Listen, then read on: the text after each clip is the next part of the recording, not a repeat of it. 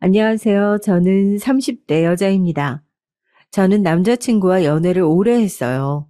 20대 초반 아무것도 모르는 나이에 둘이 불꽃이 튀어서 만나기 시작해 얼마 전에 10년이 넘었습니다.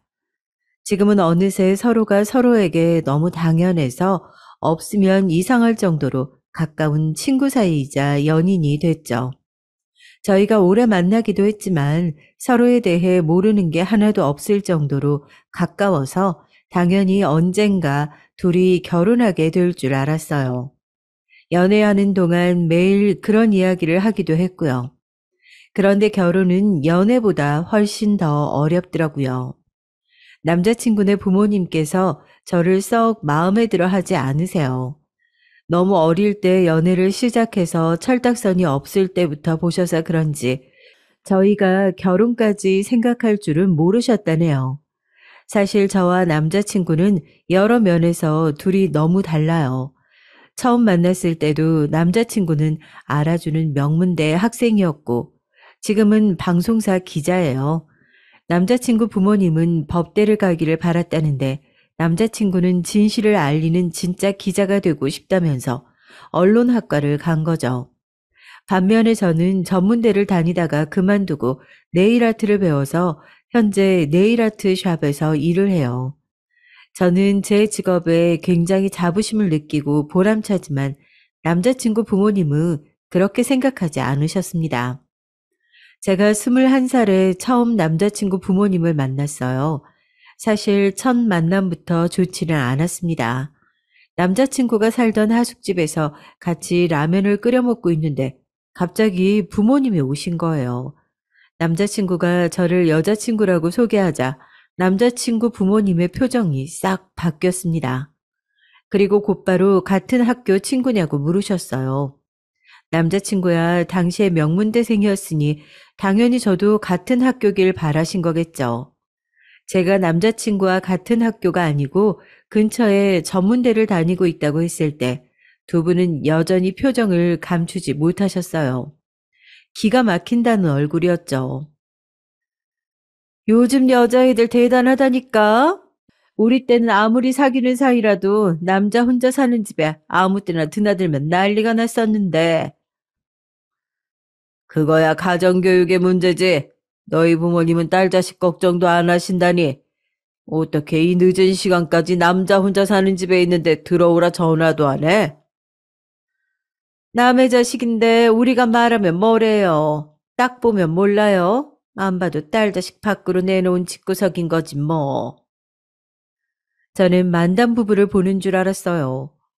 제가 아무 말도 하지 않았는데 남자친구의 부모님 두 분은 당신들끼리 마음대로 저를 가지고 판단하고 꾸짖으셨어요. 저의 부모님까지 들먹이면서요. 엄마, 아빠, 세영이 곤란하게 왜 자꾸 그래? 내가 배고파서 가지 말라고 같이 라면 먹고 가라고 해서 세영이가 어쩔 수 없이 있어준 거야. 라면만 먹고 내가 바로 집에 데려다 주려고 했어. 얼씨구, 어린 놈이 연애 좀 한다고 부모 앞에서 자기 여자친구 편을 드는 꼴 좀 봐라. 순간 제가 무슨 큰 잘못이라도 저지른 줄 알았습니다. 남자친구 집에서 라면 하나 끓여 먹었다가 별의별 소리를 다 들었네요. 그뿐만이 아니에요. 자꾸만 호통을 치던 아버님은 저에게 쉴 새 없이 질문하셨습니다. 무슨 과냐? 왜 전문대에 갔냐? 학교 다닐 때 공부를 못했냐 등등 대답하기 곤란한 질문들만 골라서 하셨죠. 저는 순간 면접장에 온 줄 알았습니다. 전문대도 좋은 대학들 많은데 내가 이 동네에 그렇게 왔다 갔다 했어도 그 대학은 생전 처음 들어보는 학교네. 저도 나름 눈치라는 게 있어요. 부모님께서 제게 하는 질문마다 제가 마음에 안 들어 하시는 말이라는 걸 너무나도 잘 아는데 저라고 예의 바르게만 이야기하고 싶지는 않았습니다. 네, 맞아요. 제가 공부에 워낙 취미가 없어서 성적 맞춰서 전문대로 오긴 했는데 과가 아무래도 전망이 없는 것 같아서 더 등록금 안 버리고 이번 학기만 다닐 거예요. 응? 아니, 이번 학기만 다닌다니. 그게 무슨 말이야? 학교 그만두려고요. 제가 다른 건 몰라도 손재주는 있어서 미용이든 네일이든 기술 좀 배워보려고요. 학생, 이름이 세영이라고 했나? 아무리 옛날 사람들 말이 기술만 있으면 먹고 산다고 늘 하지만 사람 사는 게 그렇게 단순하지가 않아. 젊어서 고생은 사서도 한다는데 공부할 수 있을 때 공부를 더 해야지. 이제 20살 간 넘은 게 취직은 무슨 취직이야. 아무리 이름도 없는 대학이라도 대학 졸업장은 있어야지. 에이, 요즘같이 개나 소나 다 대학 가는데 대학 졸업장이 다 무슨 소용이에요? 저희 부모님 두 분 다 대학 안 나오셨는데 잘만 사세요. 제가 집안에서 막내로 자라서 웬만해서는 기가 잘 죽질 않아요. 남자친구의 부모님 말씀에 마음속으로는 상처를 받았지만 애써 티내고 싶지 않아서 또박또박 제 의견을 말했습니다. 남자친구는 그런 제 모습에 다시 한번 반했대요. 남자친구 말이 부모님이 워낙 유난하셔서 그 앞에서 저처럼 굴기 쉽지 않다네요. 남자친구는 학창 시절 내내 부모님 때문에 많이 힘들었대요. 남자친구가 공부를 잘하다 보니 거는 기대가 남달랐다고 합니다. 중학교 때는 무조건 의대에 가야 한다고 강요를 하시다가 고등학교 가서 성적이 조금 떨어지니까 법대에 가야 한다고 하셨답니다. 남자친구가 워낙 효자예요. 학창 시절에 부모님이 고생하시는 모습을 이래저래 많이 보며 자라서 부모님이 안쓰러웠답니다. 그래서 자기까지 부모님 속은 썩이고 싶지 않았다네요. 웬만한 거는 부모님이 시키는 대로 다 하면서 컸다더라고요. 남자친구 부모님은 경제적으로 여유롭지 않으시지만 두 분 다 대학을 나왔고 이름만 대면 아는 기업에서 일하셨어요. 그런 점에 자부심을 느끼시는 것 같더라고요. 그래서 젊은 제가 대학을 그만둔다는 거를 전혀 이해하지 못하시는 눈치였죠. 남자친구가 학창 시절 질풍노도의 시기를 보낸 게 다름 아닌 아버지 때문이었다고 하더군요. 아버님이 주식 투자를 잘못하시는 바람에 집안 상황이 많이 달라졌답니다. 서울에서 살던 집을 팔고 경기도에 전세로 이사 갔대요.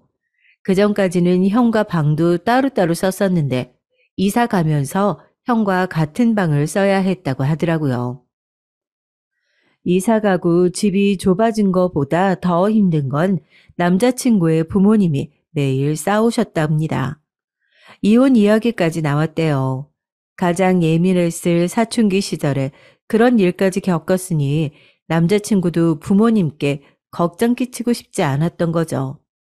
덕분에 남자친구의 부모님은 자식들에게 거는 기대가 점점 더 커졌던 거고요. 그런 아들이 의대도 법대도 아닌 언론학과에 간다고 했을 때도 집안이 난리가 났었답니다.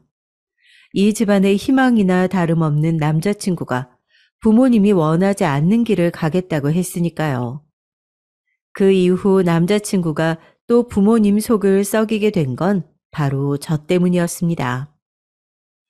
남자친구가 저를 만난다고 해서 또 집안이 시끄러워진 거죠.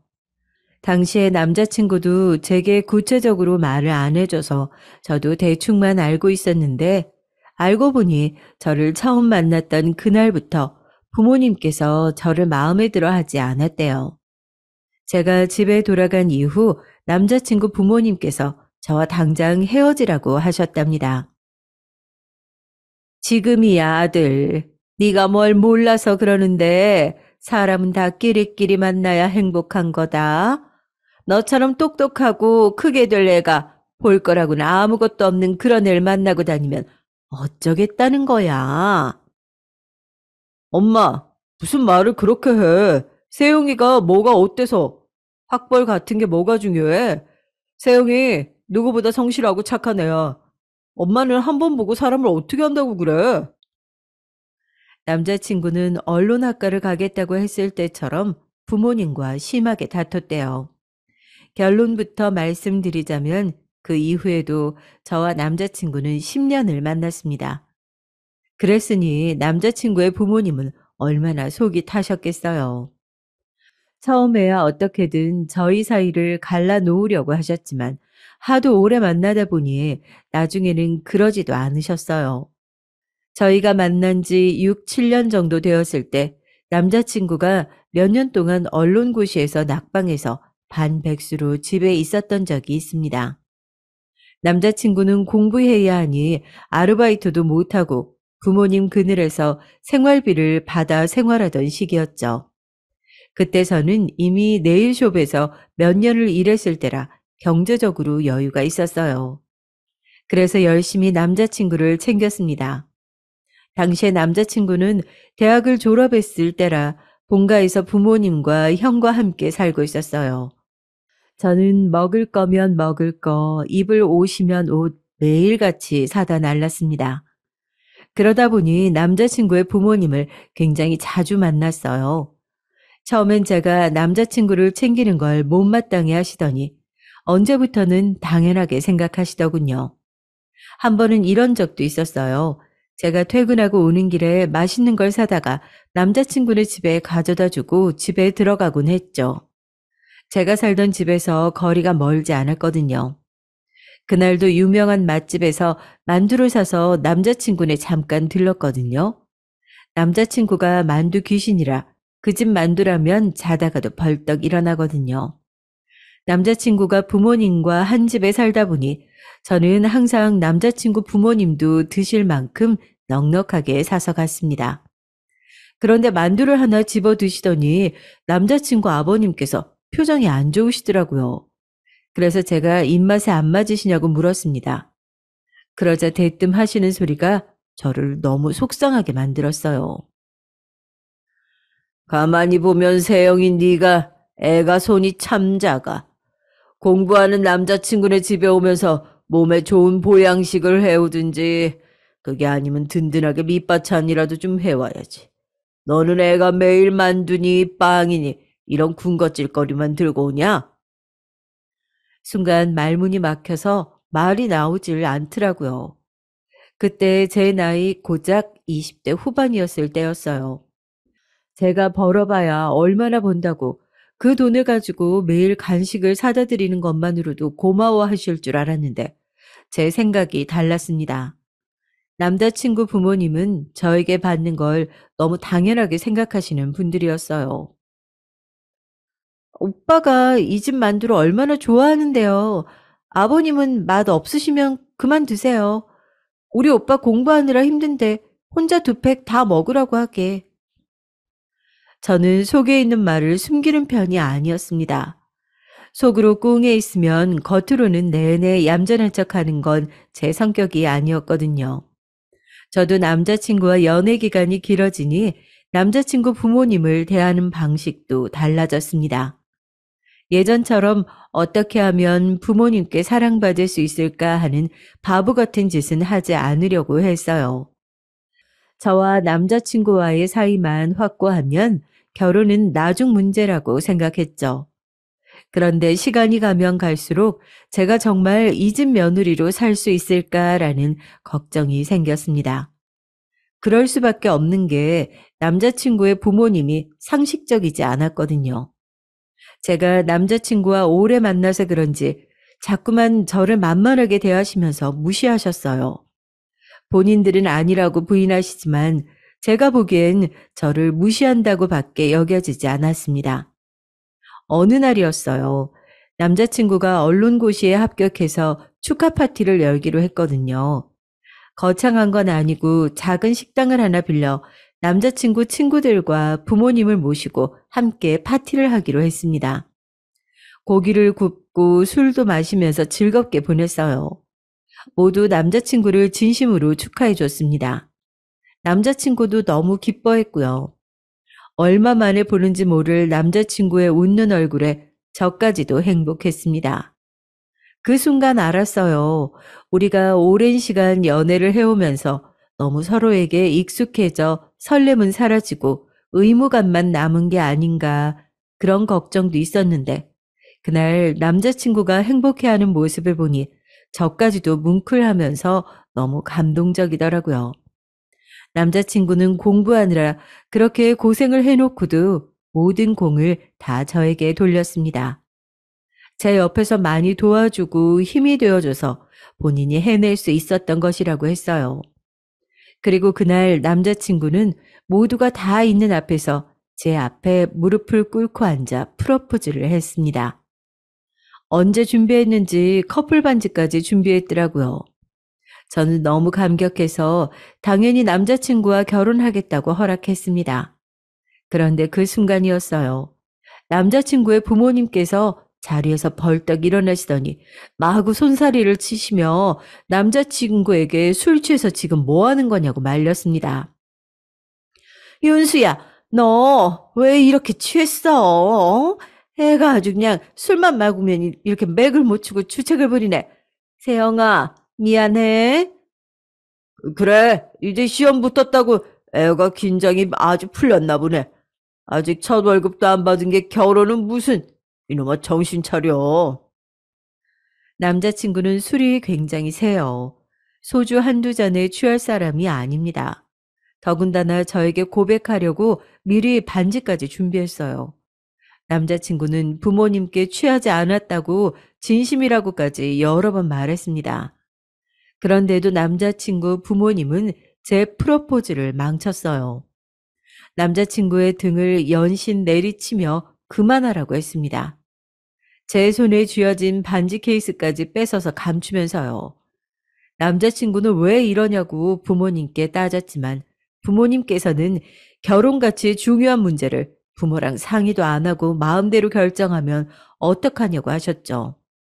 저는 사실 남자친구가 제게 프로포즈 할 때 조금 기대했어요. 남자친구 부모님께서 저를 대놓고 예뻐해 주시거나 잘 해주시지는 않지만 그래도 오랜 시간 저와 남자친구가 알콩달콩 연애하는 모습을 보며 서로를 응원하고 건강하게 잘 지내는 모습을 옆에서 지켜보셨으니 이제는 저를 좀 인정해 주시는 줄 알았어요. 가끔 제가 집에 찾아가면 그래서 시집은 가겠냐, 우리 아들 나중에 고생시키면 안 된다 등등 저를 예비 며느리인 것처럼 대해 주신 적도 몇 번 있어서 이제는 저를 인정하셨나 보다 기대했었는데 제 착각이었습니다. 남자친구 부모님은 단순히 언론고시에 지쳐있던 가난하고 불쌍한 아들 옆에 뒷바라지하며 호구짓을 해줄 제가 필요했던 거예요. 지금까지 제가 사간 만두가 몇 판이고 매일같이 양손 가득 사다 나른 선물들이 얼마나 많은데 저에게 이러실까 싶었습니다. 그뿐만이 아니에요. 남자친구 부모님은 시간이 지나도 여전히 저를 무시하셨어요. 제가 남자친구 축하 파티가 끝나고 함께 택시를 타고 집에 모셔다 드렸어요. 남자친구는 많이 피곤했는지 차에서 잠이 들었습니다. 그런데 그때 남자친구 어머니께서는 기다렸다는 듯 저에게 들으라며 이야기를 하셨어요. 행여나 네가 기다릴까봐 어른으로서 미리 이야기하는 건데 윤수 이제 막 취직해서 회사에서 자리 잡으려면 앞으로 몇 년은 바싹 더 열심히 일해야 돼. 그러니까 네가 뒷바라지 조금 했다고 애한테 결혼이니 뭐니 부담 주면서 힘들게 할 생각 마라. 그래. 옛날에 우리 아들 전 봤던 용한 무당도 우리 아들은 결혼 무조건 늦게 해야 좋다고 했어. 남자친구 부모님은 말도 안 되는 무당 이야기까지 하시면서 저에게 강제로 주입을 하셨어요. 앞으로 몇 년은 절대 결혼은 못하는 거라고요. 저도 결혼하고 싶어서 환장한 사람은 아닙니다. 하지만 제 나이도 있고 연애도 10년이나 했는데 어떻게 결혼 생각을 안 할 수가 있겠어요. 사실 저와 남자친구는 나이도 동갑이에요. 남자 나이야 30 넘으면 한창이라고 하지만 저는 아닙니다. 저와 남편의 사회적 나이가 달랐어요. 아무리 요새 다들 결혼을 늦게 하는 추세라도 아이를 낳는 건 그렇지 않잖아요. 저는 아이를 꼭 갖고 싶습니다. 그러려면 병원에서 노산이라고 하는 나이 전에는 서둘러서 결혼해야 아이를 낳을 수 있어요. 이런 제 생각을 남자친구도 알아요. 그래서 남자친구도 서둘러 언론고시에 합격하려고 했고, 합격하자마자 제게 고백을 한 겁니다. 이런 저희 커플의 사정은 일절 알지도 못하시면서 남자친구 부모님은 사사건건 저를 못마땅해 했어요. 결혼까지 방해하셨습니다. 이제는 남자친구가 시험까지 붙었으니 제가 더 성에 차지 않으시는 거겠죠. 그날 택시에서 내려서 집에 돌아오고 나서도 저는 많은 생각을 했습니다. 남자친구야 좋지만 남자친구 부모님의 사고방식이 너무 이해가 되질 않았거든요. 당신 아들이 귀하면 남의 자식도 귀한 법인데 저렇게 티가 나게 못되게 구시는 걸까 싶었죠. 제가 이 결혼을 다시 한번 생각해 봐야겠다. 언제 정신을 번쩍 차렸냐면 남자친구 위로 형이 한 명 있어요. 남자친구 형은 30대 후반까지도 여자친구가 없었습니다. 저와 남자친구가 10년 가까이 만나는 동안 제가 곁에서 지켜봤는데 연애하는 걸 단 한 번도 본 적이 없었어요. 그래서 항상 남자친구 부모님의 걱정이 이만저만이 아니었습니다. 큰아들이 장가갈 생각이 전혀 없으니까요. 그래서 선도 많이 보고 소개팅도 무지하게 많이 했어요. 제가 아는 것만 해도 반년 동안 30번은 넘으니 일주일에 한 번꼴로 무조건 새로운 여자를 만난 거죠. 그렇게 여자를 많이 만나고 다녔는데도 연애 소식이 없더니만 뜬금없이 결혼 소식을 들었습니다. 남자친구 형은 남자친구랑 조금 달랐어요. 처음에 말씀드린 것처럼 남자친구 부모님께서 자식들에게 부담 아닌 부담감을 주셨죠. 남자친구 이전에 형에게도 그러셨죠.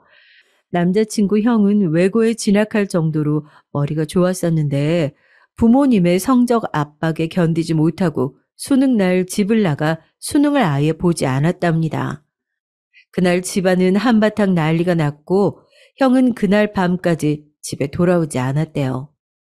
부모님을 더 충격에 빠뜨린 건 바로 군대에 입영 신청을 해서 곧바로 군대에 갔다는 겁니다. 그때 남자친구의 부모님은 너무 놀라서 한동안 매일 눈물로 밤을 지새우셨대요. 큰아들이 그렇게까지 하는 모습을 봤으면 남자친구의 부모님도 반성하시고 남자친구에게는 그렇게 해서는 안 되는 거였는데 둘째까지 망칠 수 없다고 생각하신 부모님은 남자친구를 더 압박하신 거죠. 그나마 의대나 법대를 포기하신 게 양보한 거라면 한 거랄까요? 더 웃긴 건 남자친구의 형님은 그대로 군대에 말뚝을 박아서 군인이 됐어요. 남자친구 말로는 집에 들어오기 싫어서 말뚝을 박은 것 같다고 하는데 막상 가보니 군대가 잘 맞았다고도 하시더라고요. 남자친구는 항상 형의 선택을 존중하고 멋지다고 생각했지만 남자친구 부모님께서는 달랐습니다. 형이 나약해서 수능을 포기하고 군대로 도피했다고 생각하셨죠. 큰아들을 항상 한심하게 여겼어요. 그런데 세상 일이라는 게 참 공평하지가 못합니다. 남자친구의 형은 군대에서 사고를 당했어요. 훈련 도중에 절벽에서 굴러떨어지는 사고를 당해서 한쪽 다리를 심하게 다쳤습니다. 대수술을 여러 번 받았는데도 살짝 다리를 절뚝거려요. 남자친구는 여전히 형을 존경하고 따랐지만 부모님은 그렇지 않았습니다. 부모 말 들으면 자다가도 떡이 하나 생기는 건데 공부하기 싫다고 군대로 도망가더니만 꼴 좋다. 고졸에 다리까지 빙신이 됐으니 너 같은 놈을 누가 데려간다니. 남자친구 부모님도 속상해서 하신 말이겠지만 그래도 너무했다 싶더라고요. 더군다나 교회나 주변에다가 큰아들 이야기는 일절 안 하고 오로지 둘째인 남자친구 이야기만 하고 다니신대요. 가까운 지인들도 큰아들이 있다는 사실조차 모르는 사람들도 있답니다. 저도 남자친구의 부모님에게 인정받지 못하는 신세다 보니 남자친구 형과 공감대가 형성이 금방 됐어요. 그래서 오랫동안 오빠 동생 하며 가깝게 지냈습니다. 남자친구의 형이라는 걸 떠나서 남자친구만큼이나 오래 봐온 사람이다 보니 개인적으로도 항상 오빠를 응원하고 좋은 사람을 만나길 바랐죠. 그런데 저로서는 서운할 수밖에 없는 일이 벌어졌어요. 남자친구와 남자친구의 형이 저를 데리러 자주 제가 일하던 숍에 왔었는데요. 저와 함께 일하는 사장 언니와 남자친구 형이 눈을 맞은 거예요. 저는 제가 좋아하는 두 사람이 만났다고 하니 마치 제가 소개를 하기라도 한 것처럼 기쁘더라고요. 두 사람 다 나이가 있다 보니 서둘러 결혼 이야기가 나왔습니다. 저와 사장 언니는 저에게 이런저런 상의를 했어요. 제가 남자친구와 연애를 10년이나 했고 남자친구 부모님과도 만난 적이 있으니 결혼하게 되면 어떨지 궁금하다고요. 하지만 저는 특별히 할 얘기가 없었습니다. 저와 남자친구도 10년이나 만났지만 부모님께 허락을 받지 못한 상태였으니까요. 저로서는 섣불리 언니에게 그 어떤 말도 할 수가 없었어요. 그런데 믿기지 않는 일이 벌어졌습니다. 사장 언니가 남자친구네 집에 인사를 다녀오자마자 바로 결혼 날짜를 잡은 거예요. 저는 어안이 벙벙했습니다. 왜냐하면 언니도 저와 조건이 별반 다르지 않았거든요. 심지어 저는 전문대로도 나왔지만 언니는 고졸이에요.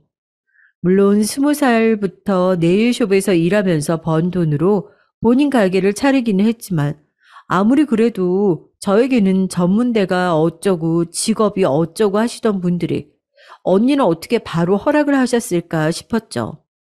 저는 괜히 억울해서 남자친구에게 투덜거렸습니다. 그런데 남자친구는 오히려 저를 이해 못했어요. 자기는 우리 부모님을 그만큼 보고도 아직 몰라? 형은 나보다 조건이 좋지 않잖아. 거기다가 다리도 절고 누구라도 데려가겠다는 여자만 있으면 여자기만 하면 상관없대. 저는 입이 떡 벌어졌어요. 남자친구 부모님은 아들이 있는 앞에서 정말 그렇게 말했답니다. 여자기만 하면 상관없다고요.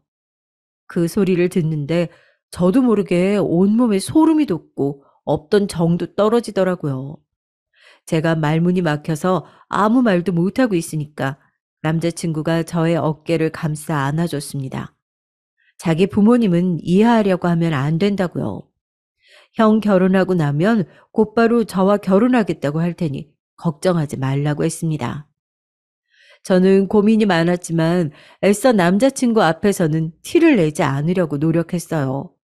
남자친구 말대로 제가 남자친구 부모님이 그런 분이라는 걸 몰랐던 것도 아니고 이미 알 만큼 알고 있었으니 더 실망할 것도 없었죠. 그렇게 시간이 흘러 남자친구 형이 사장 언니와 결혼식을 올렸어요. 결혼식 날 당연히 저도 갔는데 기분이 이상했습니다. 저는 남자친구와 만난 지 10년이 넘었는데도 결혼하지 못했는데 두 분은 만난 지 1년도 되지 않아서 부부가 됐으니까요. 결혼식 날도 잊지 못할 사건이 하나 있었어요. 형 결혼식이다 보니 남자친구가 굉장히 바빴거든요. 그래서 저도 남자친구를 도왔습니다. 남자친구와 함께 연회장 입구에서 하객들에게 답례품을 나눠드리고 있는데 보시는 분마다 제가 누군지 궁금해 하시더라고요. 남자친구는 그럴 때마다 당연히 저를 여자친구라고 소개했어요. 저희가 워낙 오래 연애했으니 보시는 어른마다 오래 연애했으면 얼른 결혼해라. 형이 결혼했으니 이제 남자친구 차례라고 하시며 다들 농담을 한마디씩 하시고 돌아가셨거든요. 그런데 그 정신없는 와중에 남자친구 어머니가 저에게 달려오시더라고요. 그러더니 남자친구에게 들리지 않게 제 귀에다 대고 작게 속삭이셨습니다. 세영이 너 그만하고 들어가서 밥이나 먹어. 괜히 이 사람 저 사람한테 인사해서 내 아들 혼삿길 막히게 하지 말고.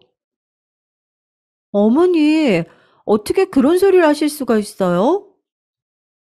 순간 저는 제가 잘못 들은 줄 알았습니다. 아무리 제가 마음에 안 들어도 그렇지 어떻게 아들 여자친구한테 대놓고 저런 소리를 하실 수 있을까요?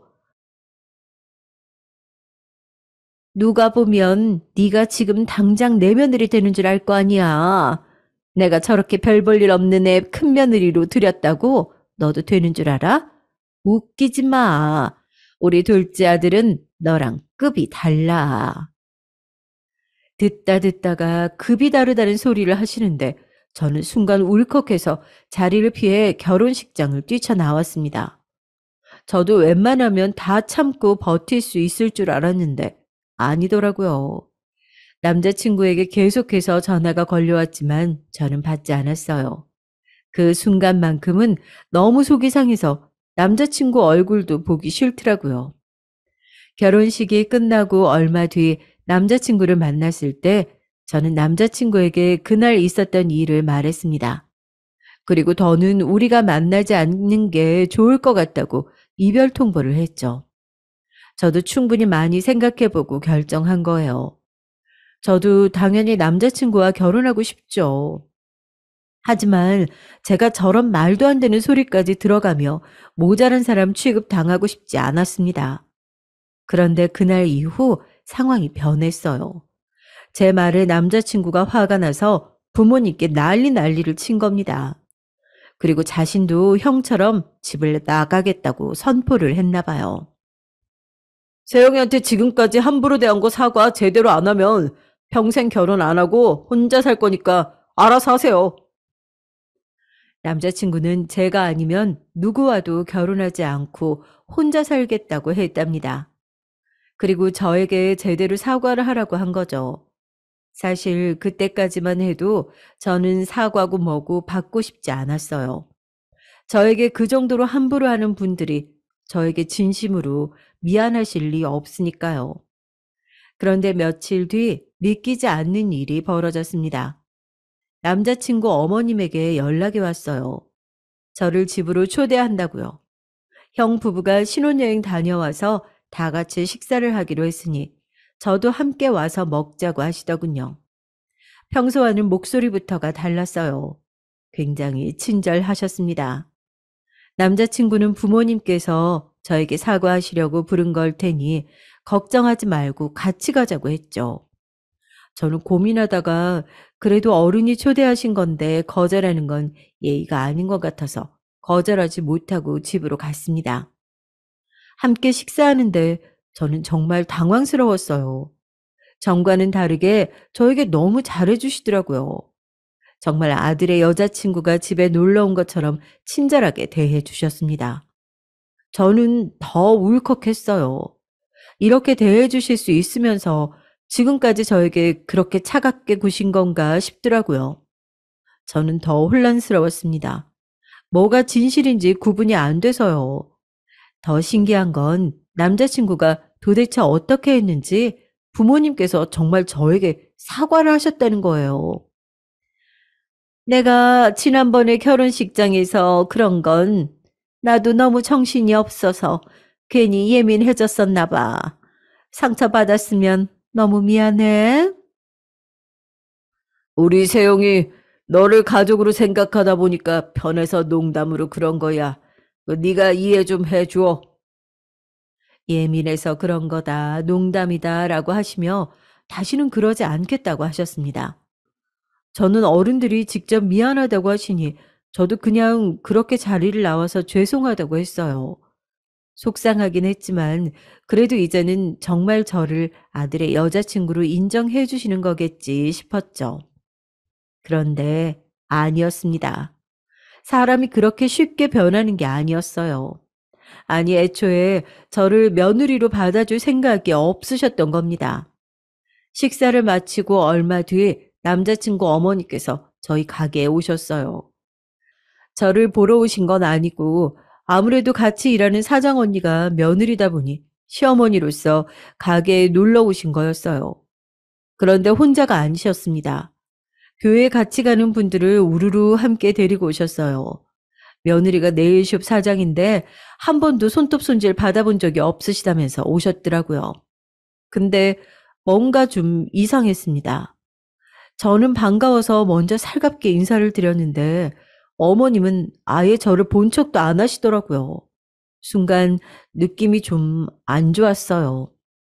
뭔가 다가서서 말을 걸고 싶어도 남자친구 어머님께서 연락도 없이 오셔서 한 번에 여러분을 상대하느라 정신이 없었거든요. 저는 남자친구 어머니와 같이 오신 분들을 모시고 룸에 들어가서 손질을 해드렸어요. 전 잠깐이라도 틈이 생기면 말을 걸려고 했는데 두 분이 계속 이야기를 주고받으셔서 끼어들 틈이 없었습니다. 한참을 손톱을 다듬고 있는데 남자친구 어머님께서 이상한 소리를 하시더라고요. 이건 분명 저 들으라고 하시는 소리였습니다. 자기가 나한테 말했던 아가씨 있잖아. 우리 아들 소개해준다고 했던 아가씨. 연대 나와서 회계사라고 그랬나? 남자친구 어머니 입에서 아들이라는 소리가 나오니 저는 순간 귀가 쫑긋해졌어요. 어머니에게 아들이라고는 딱 둘뿐인데 설마 장가간 첫째 아들 이야기는 아닐 거니까요. 맞아, 맞아, 회계사. 근데 아들이 싫다고 했잖아. 왜? 생각이 바뀌었대? 아우, 그럼 어떡하지? 아우, 그 아가씨는 진작 다른 집에 소개했지. 아, 그럼 혹시 저기 학교 선생님은 어때? 아유, 우리 조카가 교대 나와서 선생인데 둘이 나이가 딱 좋다. 우리 조카 이제 28이거든. 학교 선생 너무 좋지. 거기다가 자기 조카면 더 좋지. 자기네 친정 외국 어디서 살았다고 하지 않았어? 우리 친정 미국에서 살다 왔잖아. 조카는 내 남동생 딸인데 걔도 중학교까지 미국에서 나왔지. 근데 아들 결혼할 생각 없다더니 갑자기 왜? 결혼 생각이 없기는 왜 없어? 아유, 일하느라 바빠서 그랬지. 큰아들 보냈으니까 이제 본격적으로 둘째 아들 보내야지. 자기 조카한테 한번 물어봐. 자기도 우리 아들 인물도 좋고 학벌에 직업, 뭐 하나 안 빠지는 거 알잖아.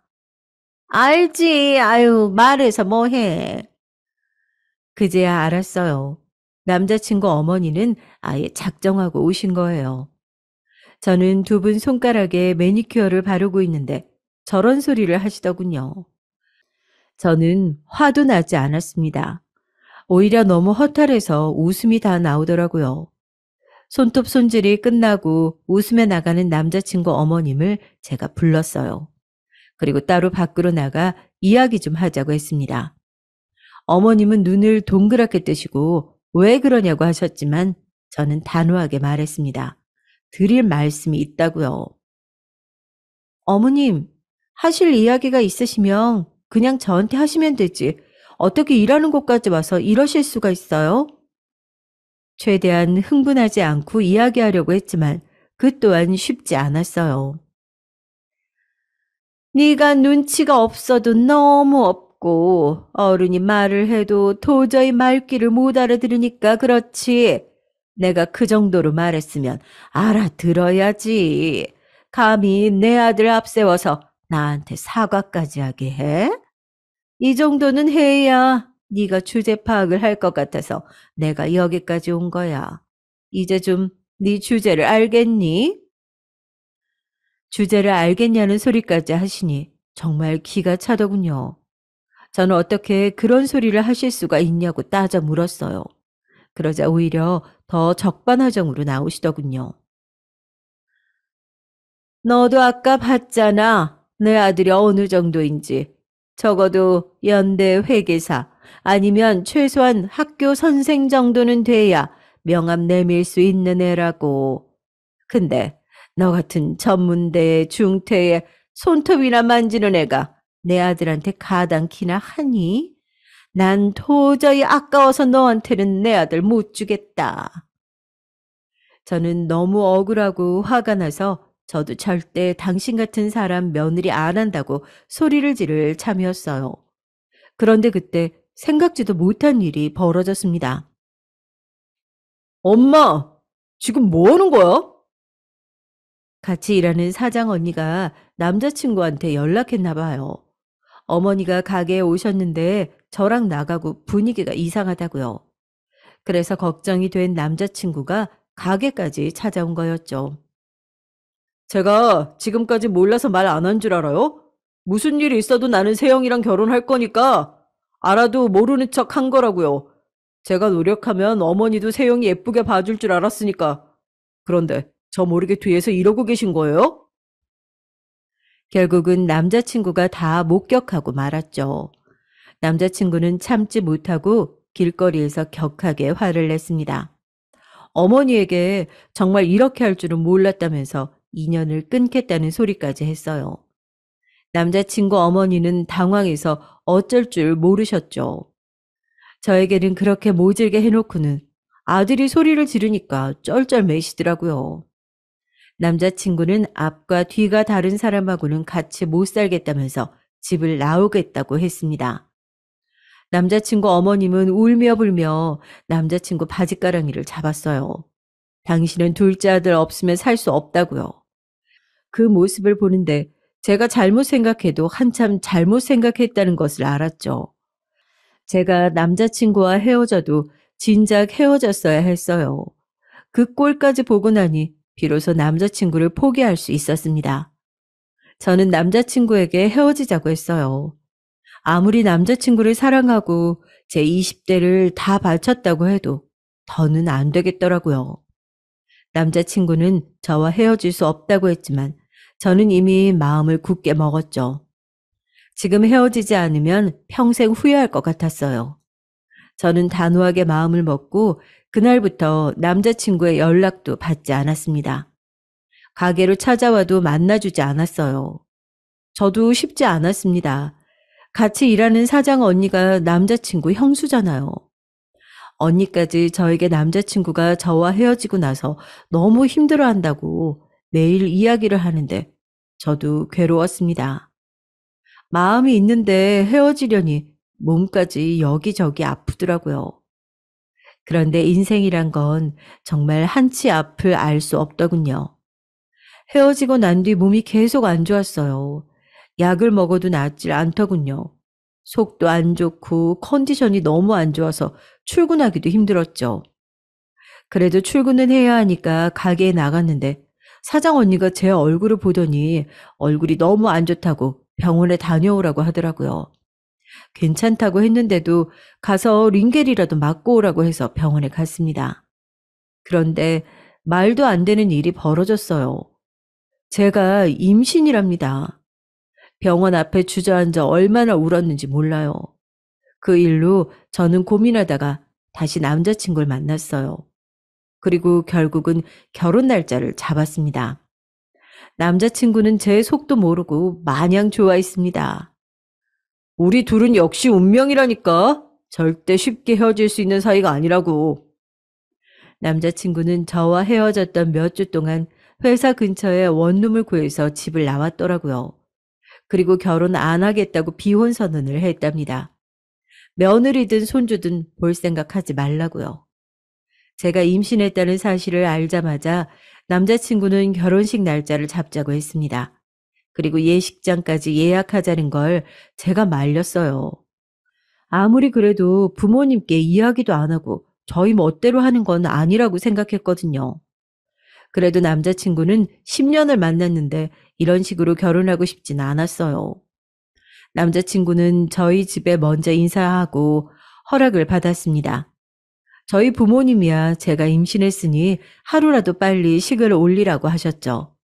저와 남자친구 부모님과 있었던 일을 부모님은 전혀 모르시니 빨리 상견례 날짜부터 잡으라고 하셨어요. 저와 남자친구는 어떻게 할지 고민하다가 남자친구 부모님을 찾아뵙습니다. 제가 임신했다는 사실을 말씀드리고 최대한 빨리 결혼식 날짜를 잡기로 했다고 이야기했어요. 사실상 통보였죠. 예상대로 남자친구 부모님께서는 한숨을 푹푹 쉬셨습니다. 그래, 일이 이렇게 될 일이었는데 우리가 일을 복잡하게 만들었나 보다. 며칠 전에 비혼 선언까지 했었는데 그래도 애도 생겼으니 빨리 결혼 날짜부터 잡자. 그나마 다행이었던 건 남자친구 아버님께서 허락하셨다는 겁니다. 어쩔 수 없이 허락해 주신 거라기보다는 저희의 상황을 이해해 주시는 것 같았죠. 어머님은 여전히 말이 없으셨지만 어쨌든 저희는 저희 생각을 말씀드리고 돌아왔어요. 남자친구는 제게 절대 스트레스 받으면 안 된다면서 웬만한 일은 본인이 다 알아서 하겠다고 하더라고요. 특히나 남자친구 어머니와 부딪힐 만한 일은 본인이 알아서 정리하겠다고 했죠. 얼마 뒤 상견례 날이 밝았습니다. 저는 긴장한 상태로 부모님과 참석했어요. 저희 부모님은 사실 성격도 굉장히 급하시고 바쁜 분들이에요. 저는 어려서부터 굉장히 독립적으로 자랐습니다. 제가 하고 싶다고 하면 뭐든지 다 해주셨지만 이렇게 해라 저렇게 해라 강요하신 적이 없었죠. 그래서 저는 더 걱정이 많았어요. 부모님은 저를 언제나 당당하게 살도록 키우셨는데 제가 남자친구 부모님 앞에서 무시당하고 주눅들었던 모습을 아시면 얼마나 속상하실까 싶더라고요. 더군다나 임신까지 했으니 결혼을 안 할 수도 없는 노릇이잖아요. 이제 정말 남자친구의 부모님이 제 시부모님이 되는 거니까요. 상견례의 시작은 생각보다 순탄했습니다. 저희 부모님이 굉장히 사람을 좋아하시고 말이 많으세요. 농담하는 것도 좋아하고요. 하지만 문제는 숨김이 없고 거침이 없으시다는 겁니다. 자신들의 이야기를 거르지 않고 걸걸하게 다 이야기하세요. 그런 점이 절대 남자친구 부모님과 맞을 리 없었죠. 남자친구 부모님은 사람들 앞에서 내세우기 좋아하시는 분들이니까요. 아니나 다를까. 시부모님은 앉자마자 이 식당에 본인들 대학 동문과 동창회 때 와봤는데 음식이 너무 고급스럽다고 맛있었다고 하셨어요. 그래서 이 식당으로 오자고 한 거라고요. 그 이야기를 굳이 왜 꺼내셨겠어요? 당신들이 대학을 나왔다는 걸 강조하고 싶으셨던 거죠.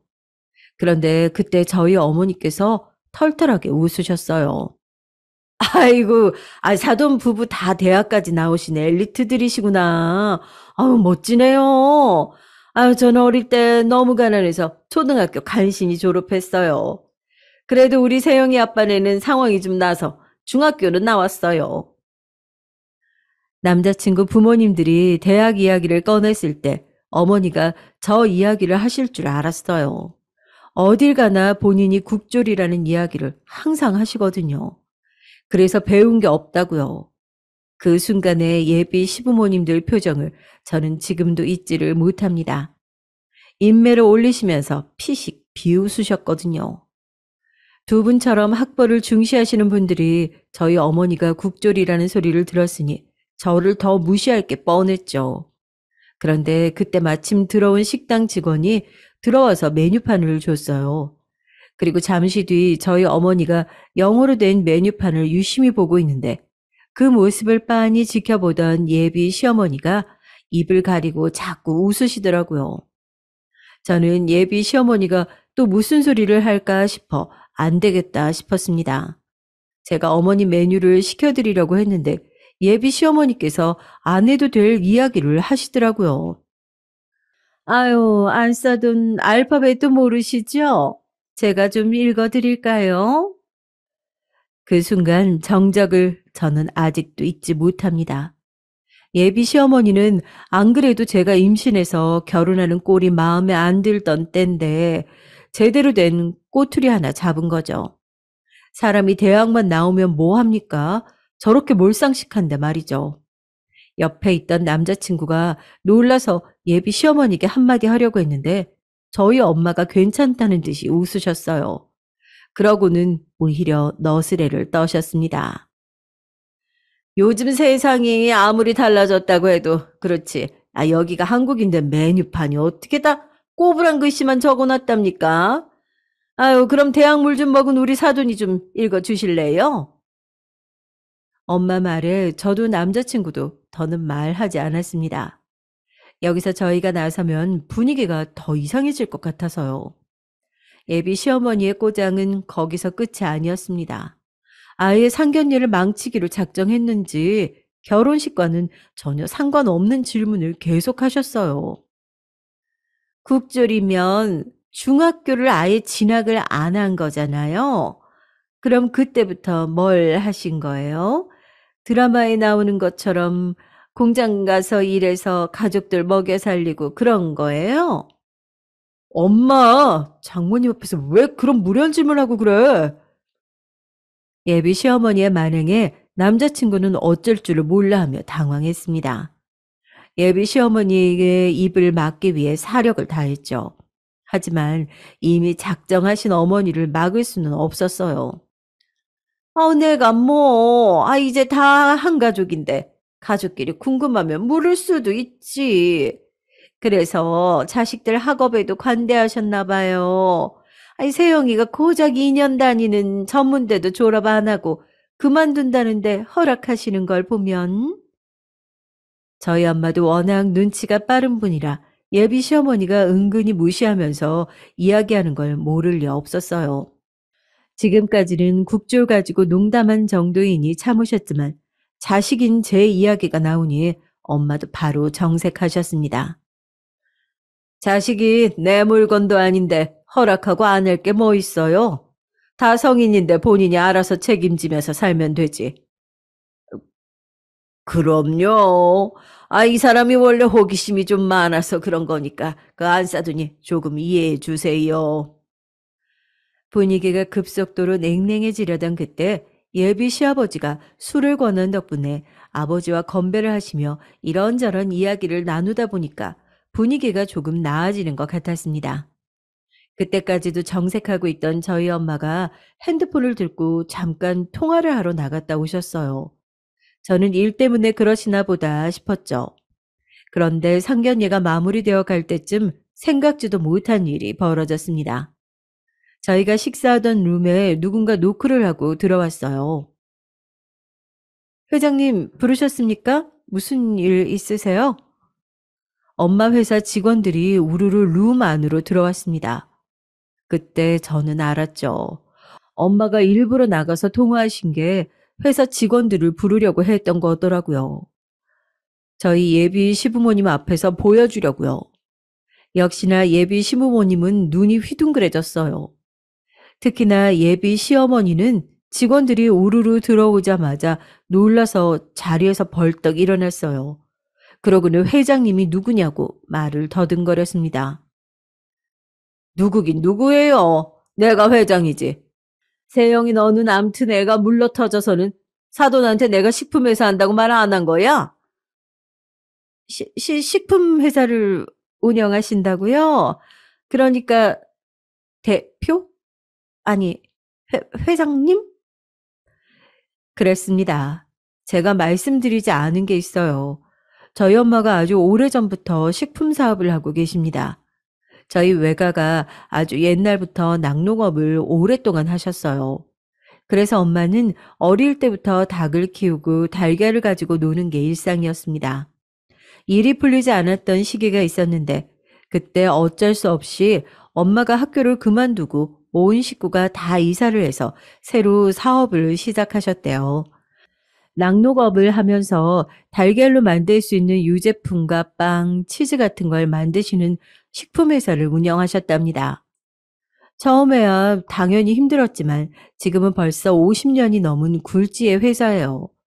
외할아버지가 돌아가시면서 엄마가 물려받아서 벌써 30년째 운영 중이십니다. 엄마는 남들 다 학교 다닐 때 외할아버지를 따라 공장을 돌아다니며 일을 하신 분이세요. 그런 분이 예비 시어머니를 보자마자 어떤 분인지 모르셨을 리 없습니다. 눈에 보이는 조건들만 가지고 저와 우리 집안을 무시하고 있다는 걸 바로 파악하시고 일부러 직원들을 부른 거죠. 우리 애가 임신해서 급하게 결혼하는 거라 준비할 경황도 없으실 텐데 식장이랑 집은 우리가 알아서 준비할게요. 내가 아는 호텔에 최대한 빠른 시간 빼놓으라고 하고 집은 내가 서초에 아파트 2채가 있으니까 하나 골라서 들어가라고 하죠 뭐. 엄마 말씀에 예비 시부모님은 두 분 다 턱이 빠질 듯 입을 벌리고 계셨어요. 그리고 표정이 싹 바뀌어서 저와 저희 부모님을 대하는 게 달라지셨습니다. 거의 허리만 안 숙였지 몸이 엄마 쪽으로 굽어 있었어요.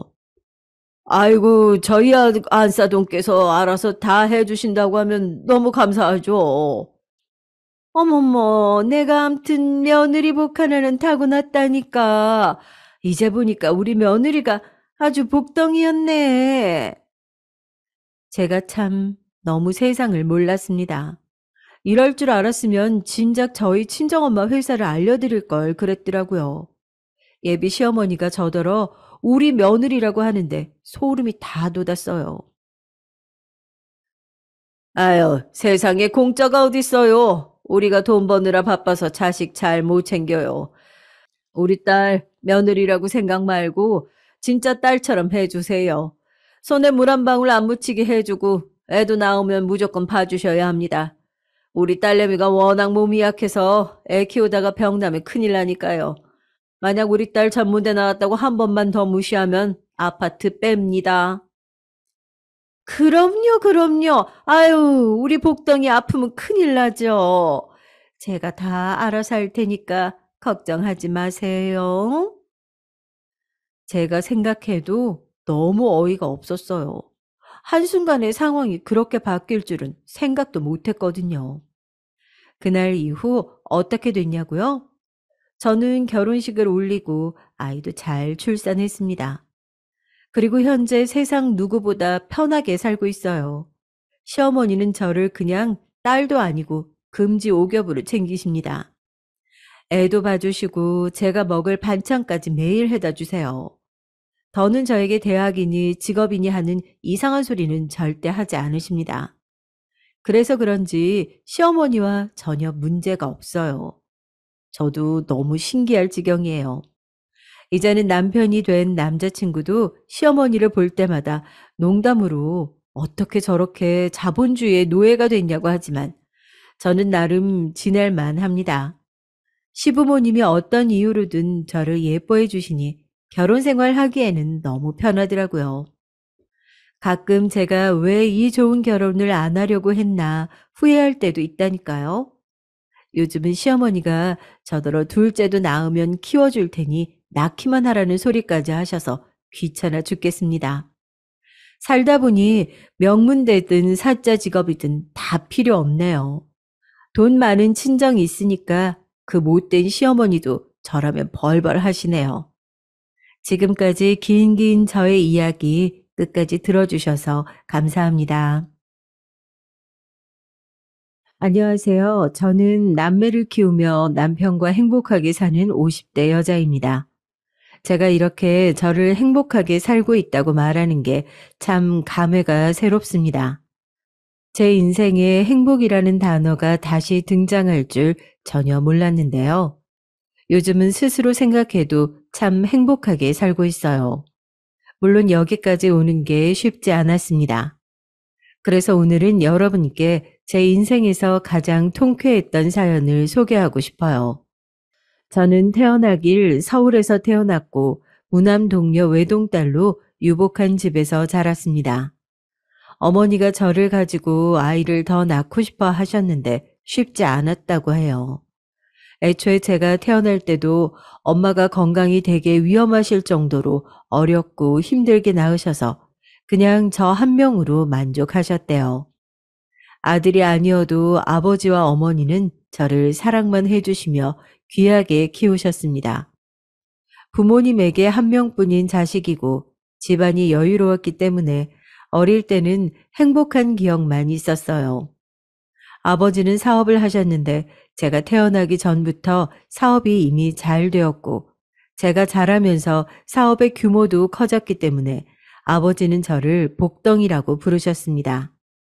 그렇다고 엄청난 재벌까지는 아니었지만 그래도 지역에서 알아주는 부자였으니 저는 아무 결핍 없이 자랐어요. 학교에서도 선생님들이 예뻐하시고 친구들도 저에게 우호적이었습니다. 제가 초등학교 때는 도시락을 싸서 학교에 가져갔는데 우리 집 반찬이 너무 인기가 많아서 집에서 일하시는 가정부 이모님이 반찬통만 2통을 챙겨주셨죠. 어머니는 주변에 못 사는 친구가 있으면 최대한 챙겨주라고 하셨고 제가 부자라는 것을 자랑하지 말라고 어릴 때부터 말씀하셨습니다. 그래서 저는 어릴 때 가난한 친구가 있으면 집으로 데려가서 같이 놀고 밥도 먹고 했어요. 아버지 회사는 주로 제조업에 관한 사업이었다고 하는데 사실 저는 그렇게 잘 알지 못합니다. 그냥 어렸던 저는 제가 먹고 싶은 음식이 있으면 원 없이 먹어서 행복했고 주말에는 부모님과 같이 여행을 다녀서 좋았죠. 아버지는 그렇게 바쁜데도 주말에는 늘 시간을 내어 가족과 함께 하려고 노력하셨어요. 제 방 한쪽에는 놀러 가서 찍은 사진이 가득할 정도로 많은 경험을 하며 자랐습니다. 어머니는 집에 계셨는데 제가 학교에서 집에 오면 웃는 얼굴로 맞이하며 간식을 주셨어요. 친구들을 데려가면 편하게 놀다 가라고 하며 장난감도 꺼내주셨죠. 덕분에 학창 시절 내내 친구들과 선생님들에게 많은 애정을 받았고 저는 형제가 없어도 한 번도 외로움을 느낀 적이 없었습니다. 그렇게 저는 초등학교와 중학교를 나오고 고등학교는 우리 동네에서 유명한 명문 여자고등학교에 진학하게 됐어요. 거기엔 저처럼 집안이 유복한 친구들이 많았고 거기서도 우리 집의 재력은 뒤처지지 않았습니다. 원만한 교우 관계는 고등학교 때도 지속됐고 저는 공부를 열심히 해서 서울에 있는 대학교에 입학하게 됐습니다. 집이 서울에 있으니 집에서 대학을 다녔는데 공부만 하던 저에게 대학은 신세계였어요. 즐거운 대학 생활이 지나고 어느덧 졸업을 할 때가 되었는데 어머니가 저를 부르더니 진지하게 말씀하셨습니다. 좋은 선자리가 들어왔는데 한번 만나보는 게 어떠냐고 하길래 저는 아무 생각 없이 나가게 됐죠. 어려서부터 부모님이 저에게 하는 말씀은 다 옳은 말이었고 딱히 부모님께 반항했던 적도 없고 화목한 분위기라 엄마가 저렇게 말씀하는 거는 나쁠 게 없다고 생각했죠. 본격적으로 직접 만나기 전에 어머니한테 들은 정보로는 그 집도 상당히 여유 있는 집이었습니다. 아마 제가 그 집 아들과 결혼하게 된다면 우리 집도 그 집도 서로 이득인 상황이었어요. 그걸 알고 부모님끼리 자식들을 이어주려고 한 거죠. 그렇게 아직도 기억나는 을지로에 있는 카페에서 선을 보게 됐는데 처음 보자마자 들었던 생각은 굉장히 잘생겼다는 거였어요. 훤칠하고 잘생기고 성격도 좋아서 대화를 거의 주도하는 그 남자에게 저는 반하게 됐습니다. 낯가림이 심하고 다소 수줍음이 많은 저한테 당당하게 행동하면서 분위기를 이끄는 남자의 모습은 새롭게 다가오더라고요. 대학 때도 주로 여자친구들과 어울리며 지내서 제대로 된 연애도 해본 적이 없어서 첫 연애를 그 남자와 시작하게 됐는데 이름은 준철이었어요. 저보다 2살 많았던 오빠였고 대학을 졸업하고 아버지의 회사를 물려받기 위해 다니고 있다고 했습니다. 집에 돌아가서 궁금함을 가진 채 저를 기다리고 있던 부모님께 저는 괜찮은 사람이라고 대답했고 부모님도 좋아하셨어요. 부모님의 주선으로 만나게 된 경우였지만 준철 씨와 저는 서로를 첫 만남부터 마음에 들어해서 순조롭게 사귈 수 있었습니다. 연애 기간은 매우 짧았고 서로 그 시절엔 딱 결혼 정년기였고 무엇보다 아버지들의 사업이 엮여서 결혼은 서두르게 됐어요. 만난 지 6개월 만에 식을 올리게 됐는데 워낙 양가에서 추진하던 결혼이라 매우 빠르게 진행했습니다. 상견례에서도 저와 남편의 얘기보단 서로의 사업에 관한 얘기가 주가 됐고 저희에겐 그저 잘 살면 된다고 어른들은 말씀하셨죠. 예단이니 뭐니 그런 것들은 다 부모님이 알아서 해결하셨고 결혼식을 올리고 나서는 시댁에 가서 살게 됐습니다. 저는 외동이라 형제가 없었는데 남편은 여동생이 한 명 있었어요.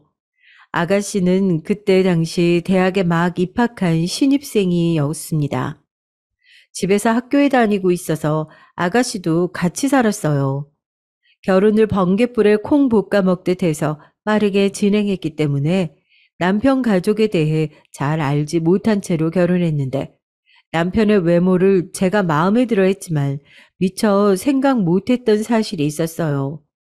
남편은 바로 시어머니 말을 꼼짝 못하는 전형적인 마마보이였습니다. 시어머니는 성격이 우리 친정엄마와 완전히 반대였는데 되게 자기 주장이 강하셨고 말씀도 세게 말씀하시던 분이셨어요. 엄마는 늘 저에게 다정하고 친절했는데 시어머니는 직설적이고 단호한 화법이라 처음에는 익숙하지 않아서 당황했습니다. 그래도 시어머니는 제가 마음에 들었는지 처음에는 저에게 되게 잘해주셨어요. 저한테 요리를 가르쳐 주신다고 저를 부엌으로 불러서 매일 요리하였는데 덕분에 요리 실력이 늘기도 했습니다. 시아버지도 본인의 사업이 우리 아버지 덕분에 확장되고 수입이 느니까 저를 예뻐하셨고 집에서 편하게 있으라고 많이 말씀하셨죠. 다만 시누이는 저를 그렇게 마음에 들어 하지는 않는 눈치였어요. 본인이 막내라 부모님의 애정을 많이 받다가 제가 들어오니 아무래도 분산이 되니까 그게 싫었나 봐요. 저한테 처음부터 살짝 적대적으로 대했는데 다행히 그럴 때마다 옆에서 시어머니와 시아버지가 막아주어서 괜찮았습니다. 남편이 출근하기 전에 새벽에 일어나서 부엌으로 가 시어머니와 아침을 만들고 식구들이 나가면 그때는 시어머니 옆에서 뜨개질도 하고 꽃꽂이를 했어요. 집에 일하는 이모님이 두 분이나 계셔서 청소나 빨래하지는 않아도 되었는데요. 남는 시간에는 주로 시어머니와 보냈는데 시간이 흐르며 시어머니도 확실히 저를 편하게 대하셔서 그게 좋았습니다. 대학생이라 시간이 상대적으로 많았던 시누이가 집에 오면 시어머니는 일부러 이제 가족이니 밖에서 시간을 보내며 친해지라고 저희 둘을 내보내기도 하셨어요. 그렇게 나가면 시누이는 도도하게 본인이 하고 싶은 것만 하며 돌아다니고 저에게 이거 해라 저거 해라 많이 시키기도 했지만 저는 그게 그냥 귀엽기도 하고 왜 저러는지 알 것 같아서 친절하게 맞춰주니까 시누이의 적대감도 슬슬 사라지는 것 같았죠. 그러다 결혼하고 1년이 지나자 저는 임신을 하게 됐는데 우리 친정엄마가 저를 가질 때 입덧이 되게 심하셨다고 하셨어요.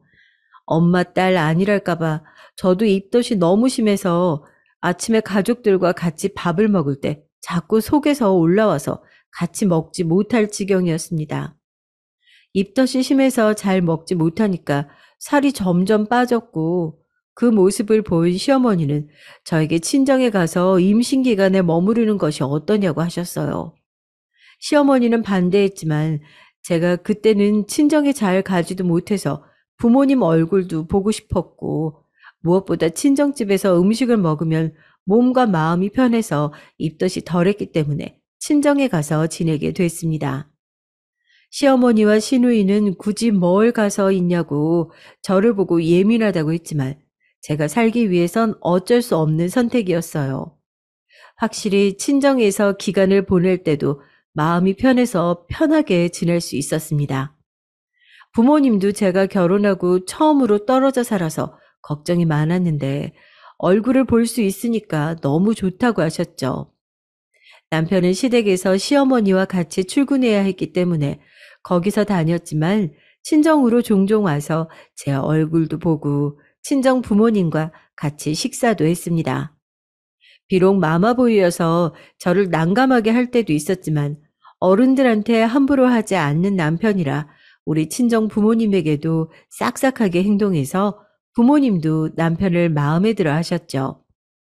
그렇게 친정에서 저는 임신 기간을 보내고 아이를 낳았는데 아이의 성별은 딸이었어요.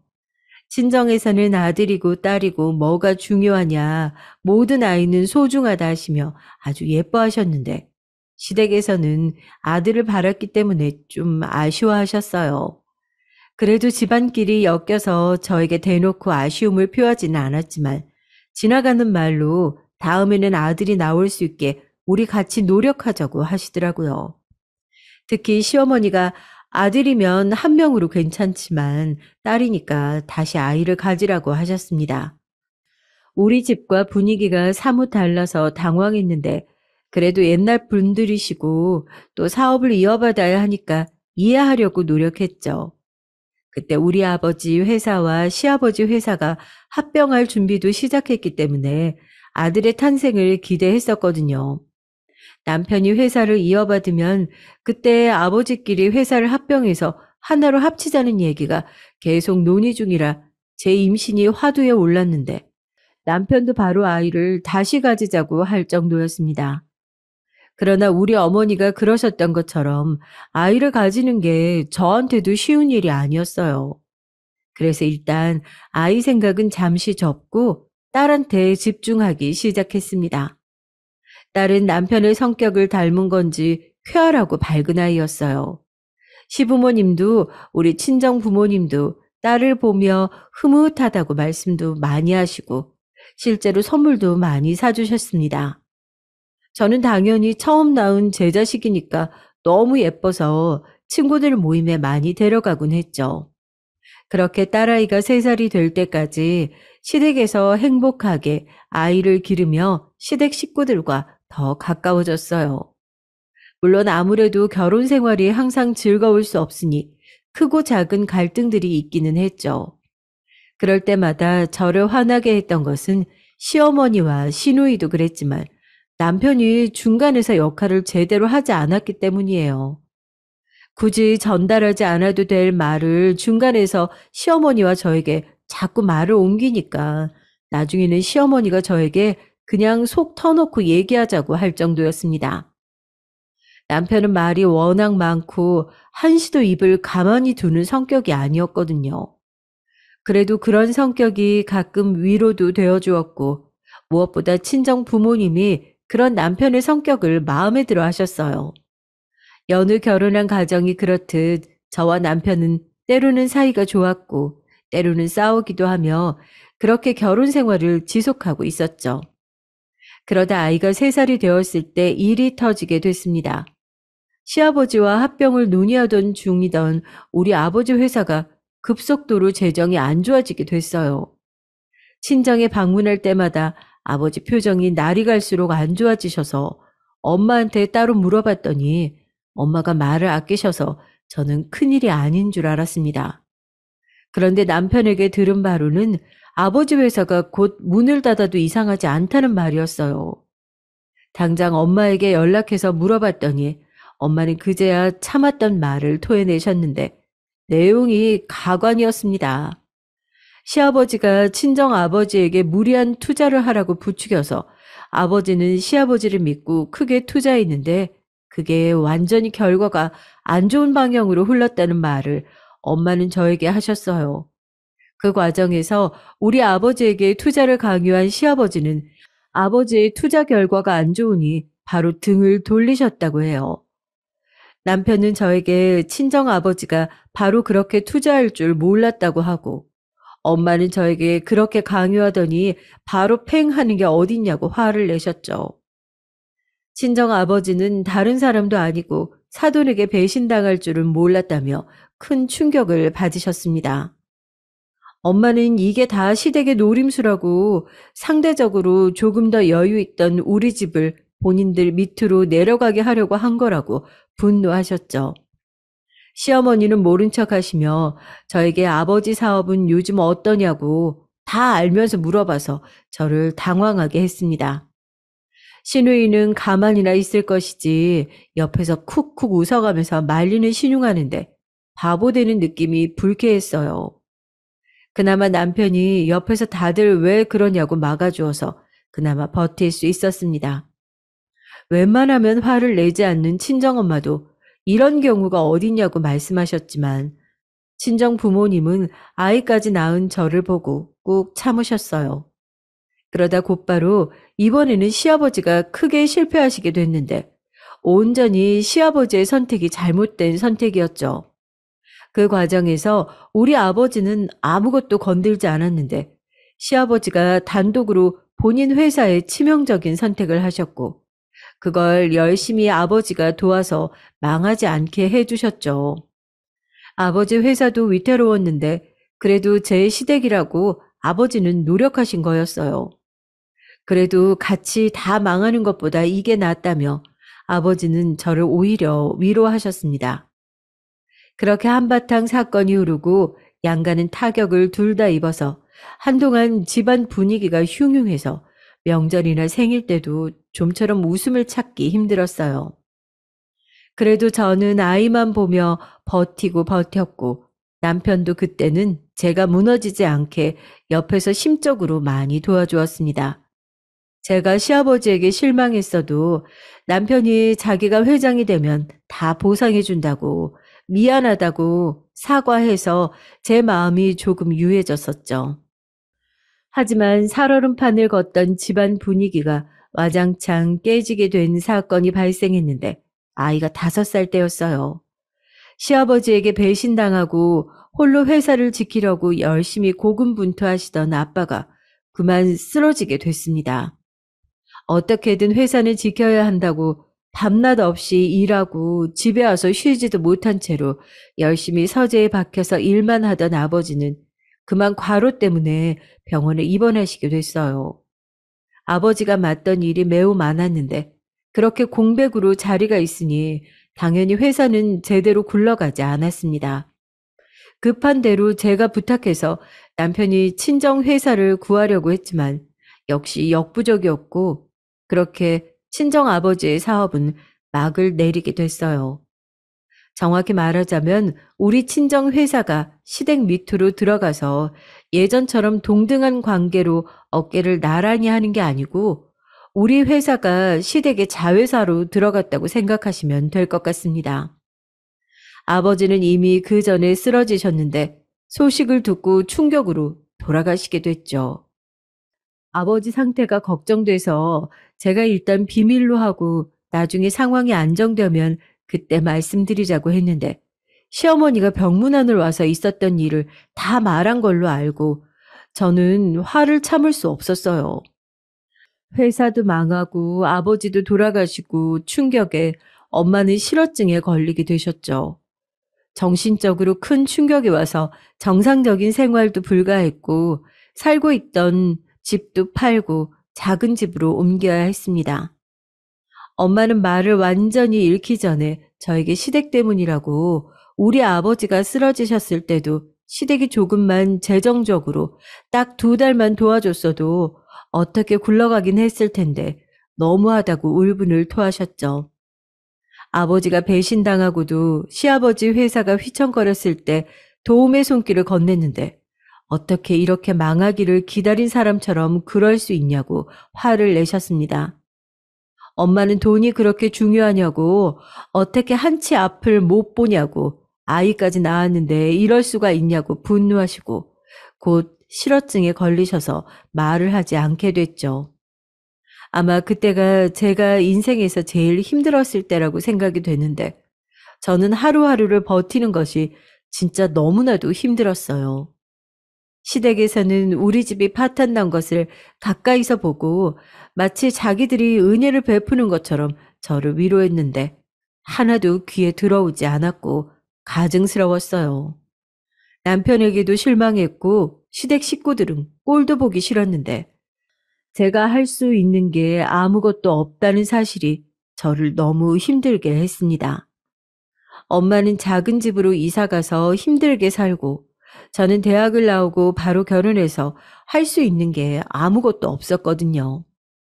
아이가 있으니 깔끔하게 이혼하고 갈라서는 것도 불가하고 우리 집을 망하게 만든 곳에서 저는 아이와 함께 살아야 했어요.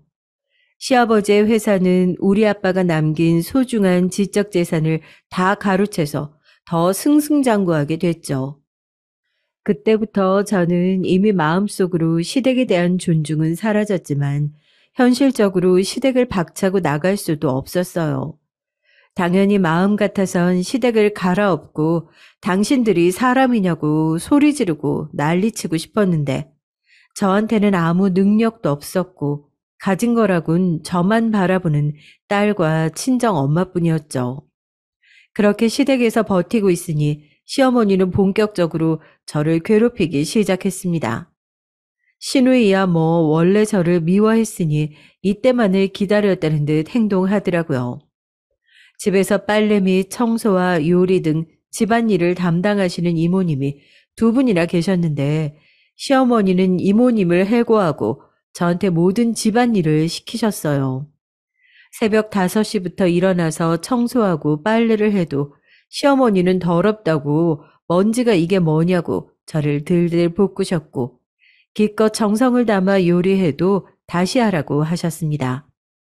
진짜로 청소나 빨래가 마음에 들지 않는 것이 아니고 그냥 트집을 잡고 싶어 하는 것 같았어요.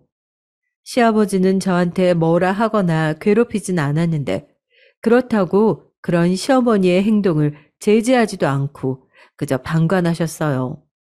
어렸을 때부터 여유 있게 자라서 친정집에서도 일하는 이모님이 계셔서 저는 집안일을 태어나서 해본 적이 그때가 처음이었습니다. 당연히 빨래나 청소가 익숙하지 않았고 그래서 구박도 많이 받았어요. 시어머니는 제가 조금만 표정이 안 좋아도 싫으면 네가 나가라고 하셨죠. 당장 나가면 진짜 길바닥에 앉아야 하니까 버티고 버텼는데 시누이와 부딪히는 일도 많았습니다. 언니, 이 옷 망가졌잖아요. 이렇게 세탁하면 어떡해요? 미안해요. 제가 잘못 봤어요. 다리미로 피면 괜찮을 거예요. 금방 해줄게요. 이거 제가 손빨래라 하라고 했잖아요. 언니 이거 물어낼 수 있어요? 돈도 없으면서. 짜증나. 아가씨는 제가 원피스 빨래를 잘못해서 주름이 잡혔다고 화를 내며 원피스를 제 앞으로 던지기도 했습니다. 찢어지거나 오염 때문에 입지 못할 지경도 아니고 단순히 주름이 잡혔다는 이유로 저렇게 화내는 신우를 보니 비참하기 짝이 없었죠. 그 뒤에 온 말은 더 제 마음속에 콕 박혔는데 아가씨는 저를 돈도 없으면서 왜 그러냐고 대놓고 말했어요. 저렇게 말을 해도 그 집에서 시누이를 말릴 만한 사람이 없었으니 어찌 보면 시누이는 물 만난 물고기였습니다.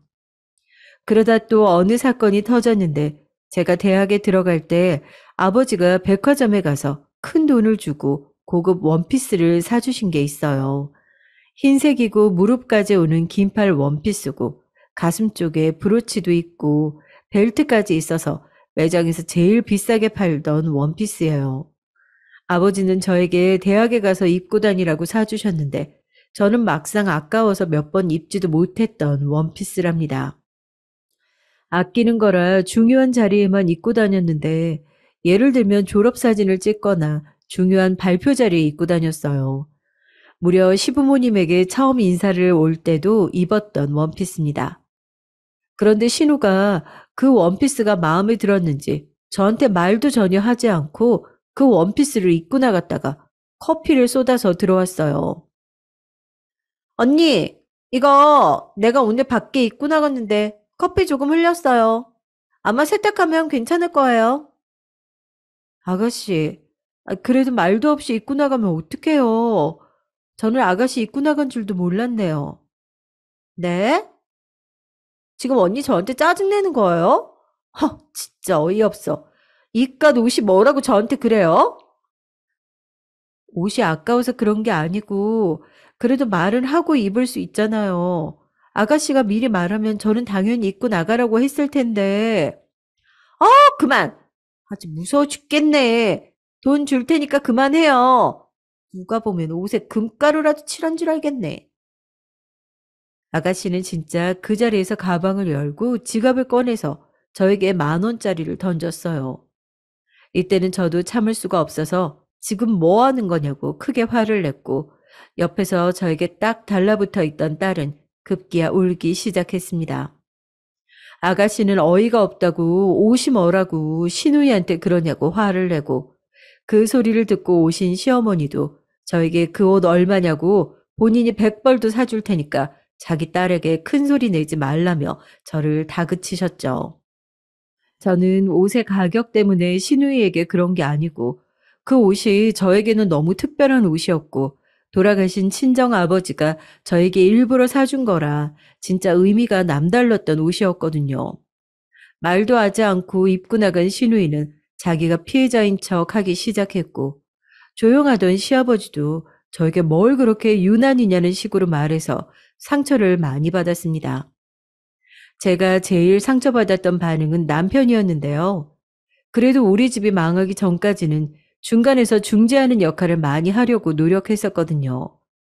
그런데 친정 아버지가 돌아가신 뒤로는 완전히 시댁편이었고 특히 예전부터 보이던 마마보이 증상이 더 심해졌습니다. 시누야 어리기라도 하고 처음부터 저를 미워했기 때문에 시누이에게 상처받지는 않았는데 남편의 반응은 저에게 충격적이었어요. 그게 뭐라고 집안 분위기를 이렇게 만들어? 아, 옷이야 다시 사면 되잖아. 그 옷 아빠가 나한테 입학 선물로 사준 옷이라고 했잖아. 나한테는 의미가 많다고. 아, 그럼 내가 똑같은 걸로 사줄게. 그럼 그만할래? 진짜 당신 왜 이러는 거야? 진짜 벽과 얘기해도 이렇게 얘기가 안 통하진 않겠다 생각이 들 정도로 남편의 반응은 어이가 없었어요. 남편은 제가 얘기하면 귀찮다는 식으로 반응했고 나중에는 저리 가라고 손을 휘휘 휘젓기까지 했습니다. 남편의 저런 짓은 날이 갈수록 심해졌는데 급기야 나중에는 바람까지 피웠어요.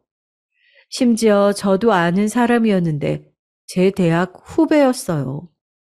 친정 사업이 무너지기 전에 남편과 사이가 좋을 때 몇 번 동창회에 같이 나간 적이 있는데 거기서 따로 연락처를 주고받았나 보더라고요. 제가 큰 배신감에 남편에게 바람 피우는 거냐고 물었더니 남편의 반응은 충격적이었습니다. 어, 왜? 아니, 우리 집은 아들이 중요하다고 몇 번을 얘기해. 미정이는 자기가 아들 낳아줄 수 있다더라. 너도 말이라도 좀 그렇게 해봐. 아들 낳는 게 그렇게 쉽니? 아니, 가지고 싶다고 가져지는 거야? 그게 나만 노력해서 되는 일이야? 그럼, 아, 네가 아들을 낳던가. 아, 왜 난리야? 진짜 짜증나게 하네.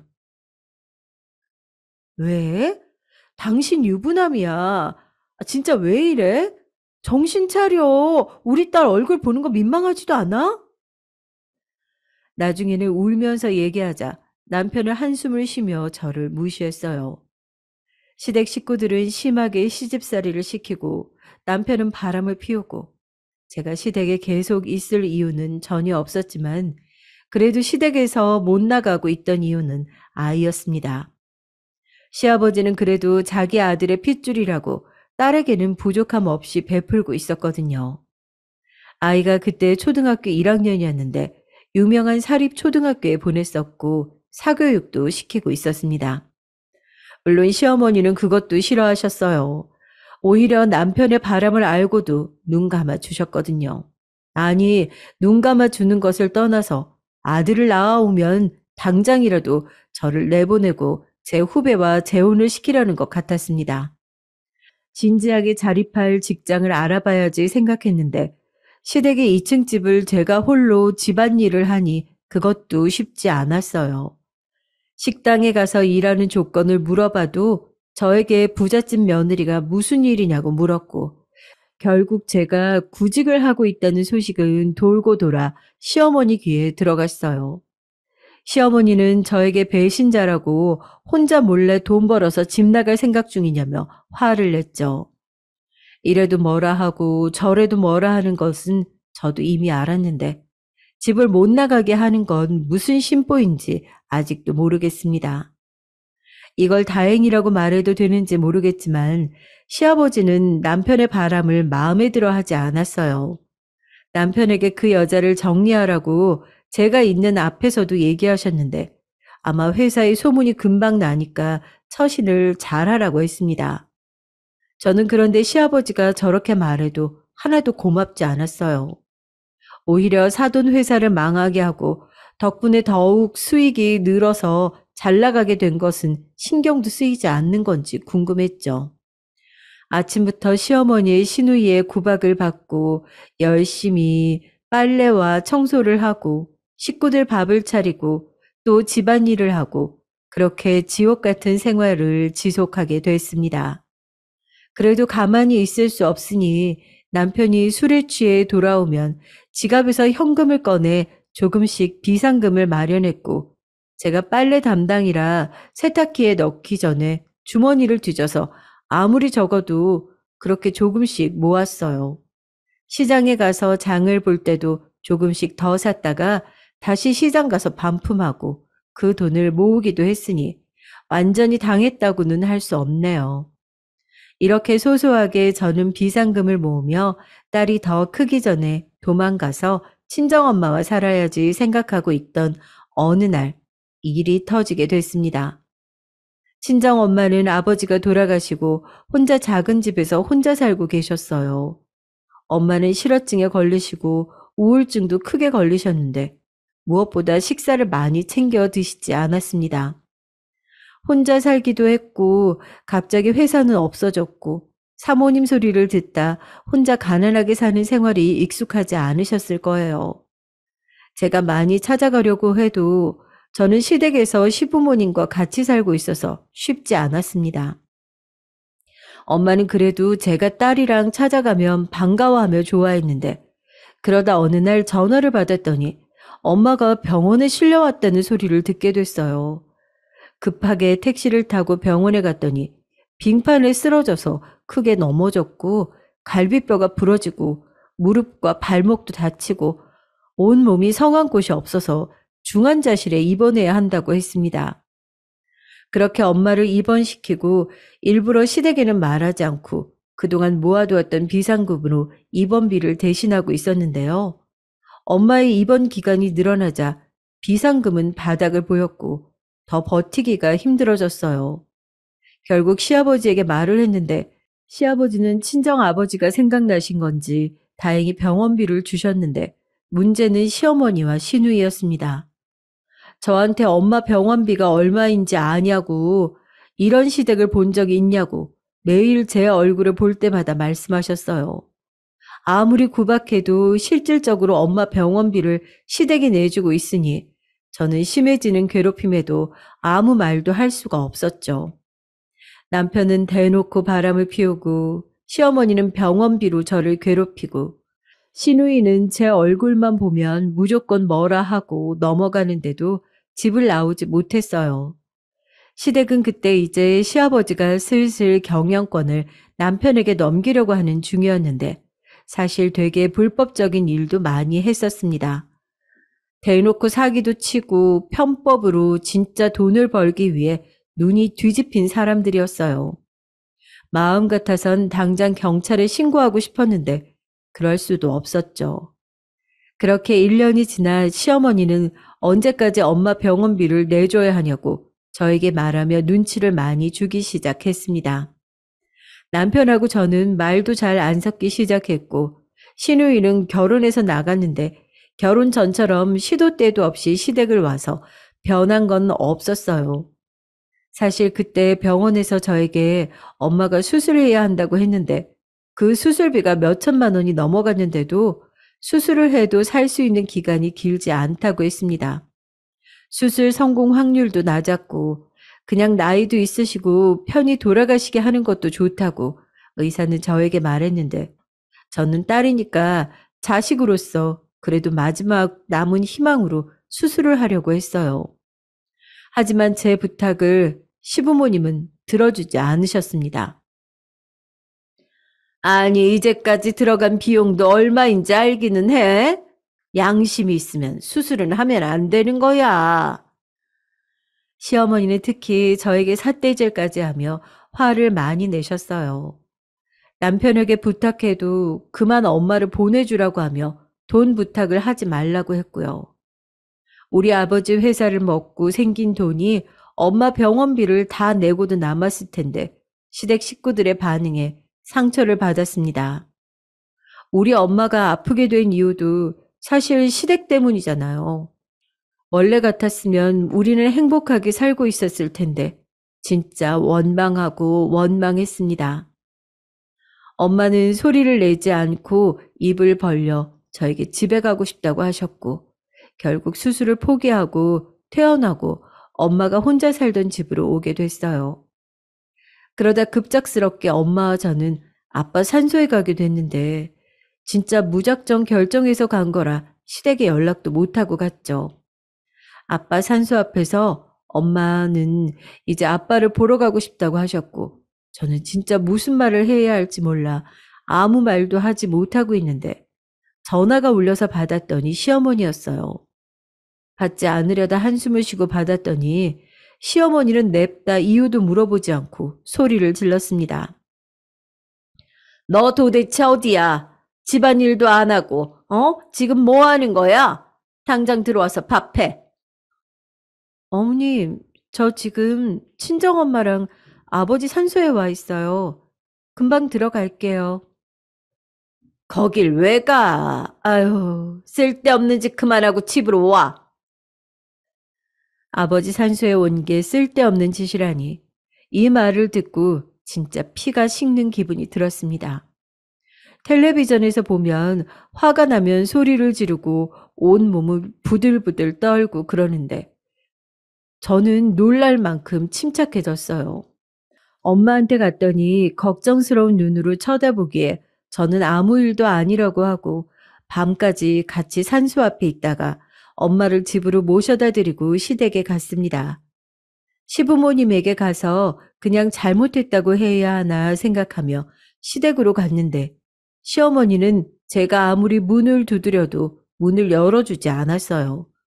심지어 남편 퇴근이 그날따라 늦어서 저보다 늦게 집에 왔는데도 시어머니는 남편만 들어오게 하고 저보고는 아버지 산소 앞에서 평생 살라고 악담까지 퍼부었습니다. 그날은 매우 추운 겨울이었는데 저는 밖에서 덜덜 떨며 결국 들어갈 수가 없었어요. 엄마 집으로 갈까 생각했지만 안 그래도 아픈 엄마에게 걱정만 더 주는 꼴이 될까봐 그러지도 못했습니다. 그리고 밖에서 덜덜 떨며 시댁에서 남은 인생은 살 수 없겠다 생각했어요. 아침에 시아버지가 출근하고 집으로 들어갔더니 시어머니는 왜 들어오냐고 평생 들어오지 말라기에 무시하고 방으로 들어가 얼마 있지 않은 짐을 챙기기 시작했습니다. 나가려고? 그래, 다시는 우리 집에 오지도 마. 아직 등교하기 전인 딸의 손을 잡고 집을 챙기고 나가니까 시어머니는 고맙게도 다시는 오지 말라고 그동안 엄마 병원비 내준 것을 갚으라는 소리를 질렀어요. 정이라고는 하나도 남아있지 않아서 오히려 그렇게 정을 뗄 수 있게 해준 시어머니한테 고마울 지경이었습니다. 시어머니는 제가 진짜 나가는 것처럼 보이니까 또 갑자기 돌변해서 어딜 가냐고 붙잡았는데 저보고 뭘 어떻게 하라는 건지 도무지 알 수가 없었죠. 나가랬다가 나가지 말랬다가 혼자 난리치는 시어머니를 겨우 떼고 저는 딸과 함께 집을 나갔습니다. 그리고 전화를 걸어 남편에게 이혼하자고 말했더니 한숨을 쉬고 제 마음대로 하라고 하더라고요. 대충 예상은 했는데 이렇게 쉽게 이혼할 줄을 몰라서 웃기도 했고 남편을 마지막으로 찾아가서 이혼 도장을 찍을 때도 서로 별 말을 하지 않았어요. 남편에게 상간녀가 있다는 것은 이미 알고 있어서 아들 낳고 행복하게 살라고 했더니 저를 쳐다보지도 않더라고요. 원래 워낙 아들을 원했던 집안이라 제가 딸을 데리고 이혼한다고 해도 아무도 말리지 않았습니다. 그렇게 이혼하고 저는 엄마가 계신 집으로 갔는데 그때 엄마의 상태는 바로 돌아가셔도 이상하지 않은 상태였어요. 실제로 저와 같이 살다 2주 뒤에 돌아가셨는데 전 엄마의 임종을 지킬 수 있어서 다행이라고 생각했습니다. 이혼하길 잘했다고 생각한 게 바로 그때였어요. 엄마는 돌아가시며 저에게 통장 하나를 건넸는데 거기에는 1,000만 원이 들어 있었습니다. 집이 망했을 때 겨우겨우 숨겨놓은 돈이라고 주셨는데 힘들고 더러워도 버티라고 하셨어요. 그리고 저는 그 돈과 엄마의 집을 팔고 남은 돈으로 서울의 다른 지역으로 가서 살게 됐습니다. 변두리였고 경기도와도 가까운 곳인데 시댁과 거리가 꽤 있어서 동네 주민들을 만나지 않아도 되는 곳이었어요. 비상금으로 겨우 어떻게 단칸방 하나를 구하고 딸이 학교에 간 동안 저는 식당에서 일을 시작했죠. 시댁에서 종일 식모처럼 일하던 기억이 남아있어서 청소도 하고 열심히 일하니까 사장님이 제 편의를 많이 봐주셨습니다. 낙지 요리를 팔던 곳이었는데 딸이 하교하고 바로 가게로 오게 해주셨죠. 우리 딸을 많이 예뻐하셔서 딸이 오면 밥도 챙겨주시고 참 고마웠던 분이세요. 그렇게 2년을 일했는데 갑자기 사장님이 병이 생겨서 가게를 접게 됐다고 하셨습니다.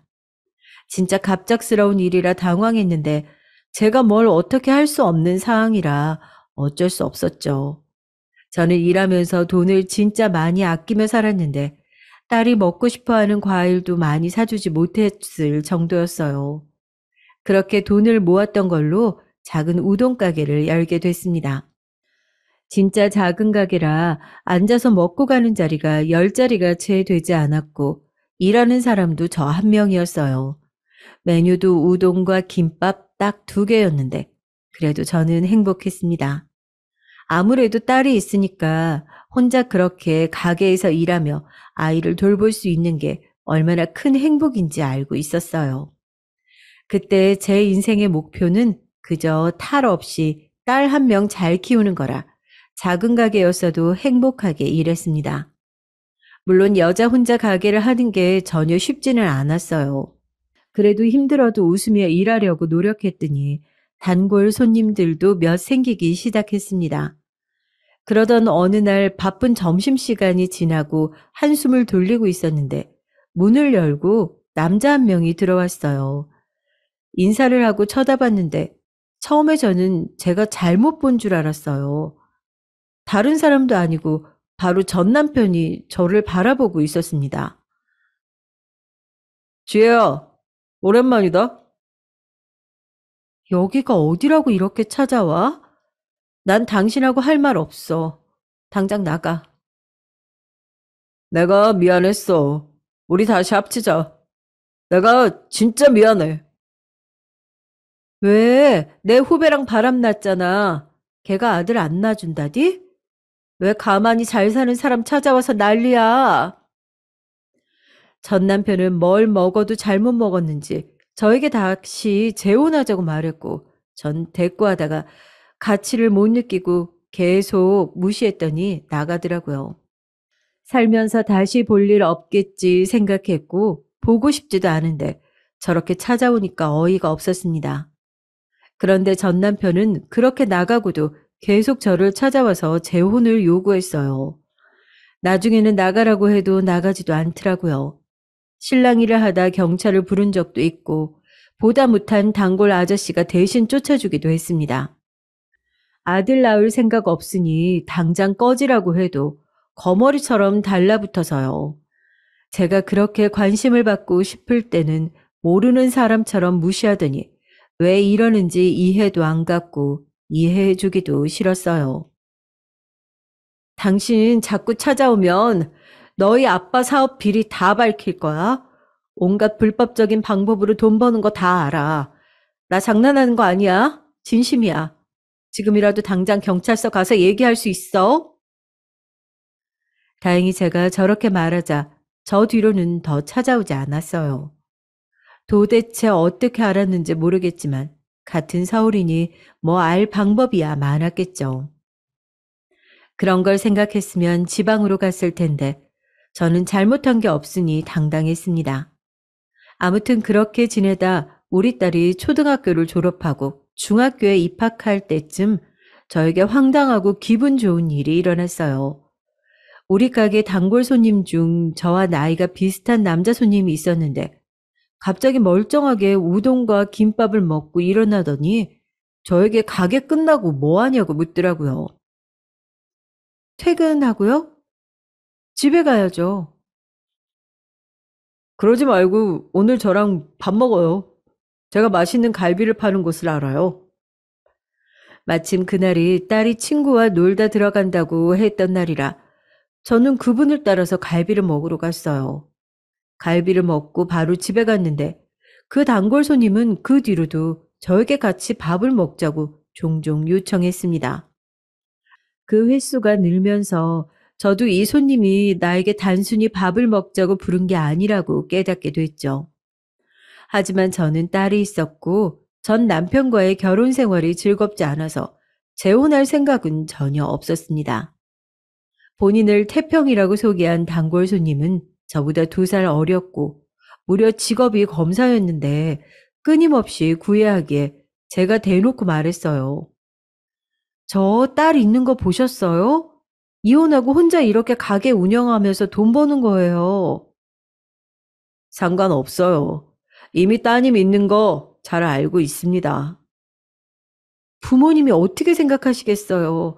잘 키워서 검사 만들어 놨더니 애 딸린 이혼녀랑 사귄다고 알면 난리 날걸요? 그 부분은 신경 쓰지 않으셔도 됩니다. 저 고아예요. 처음에 말을 듣고 저는 당연히 거짓말이라고 생각했어요.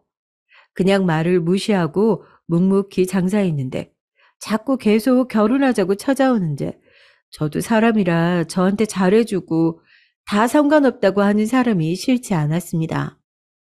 엄마도 떠나시고 시댁 식구들한테 배신당하고 안 그래도 마음이 외롭고 쓸쓸했는데 태평 씨는 확실히 저한테 큰 위안이 되었죠. 언제는 가게 마감하고 둘이 술을 마시다가 제가 술김에 어릴 때부터 결혼하고 생활을 쭉 말한 적이 있어요. 자랑도 아니고 어디 가서 제 얘기를 그렇게 한 적이 없는데 다소 충동적인 행동이었는데 저도 모르게 술이 들어가니까 말이 술술 나왔죠.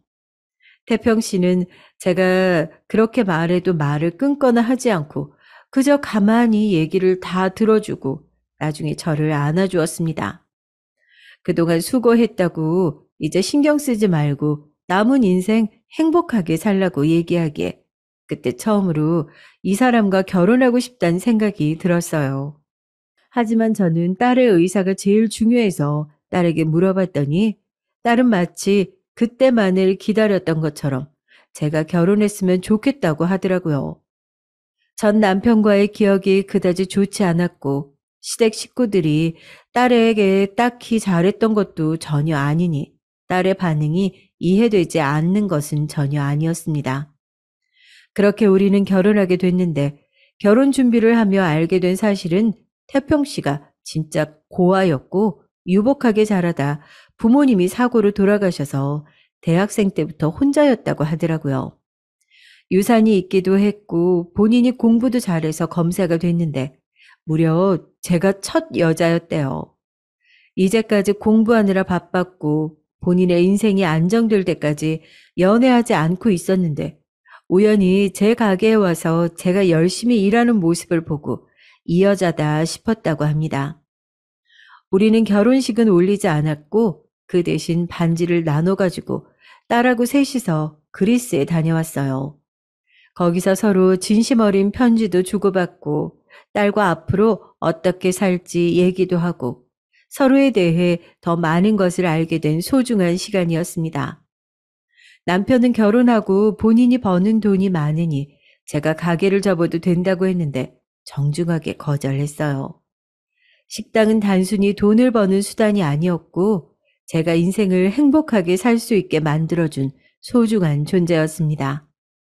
그 식당을 운영하며 남편을 만날 수 있었고 또 이미 단골도 많이 생겨서 그만두는 게 쉽지 않았어요. 사람들은 각자 사연이 하나씩 있는데 단골들이 들려주는 세상 이야기도 즐거웠습니다. 그런 저를 남편은 존중해줬고 대신 몸이 무리하지 않게 주말과 공휴일에는 꼭 쉬고 저녁 시간은 남편과 딸과 셋이서 보내는 것으로 합의를 했어요. 아침에 일어나서 남편을 출근시키고 딸을 학교 보내고 저는 가게에 출근해서 열심히 일하고 퇴근한 남편과 딸과 셋이 밥을 먹는 생활은 저를 아주 행복하게 만들었습니다.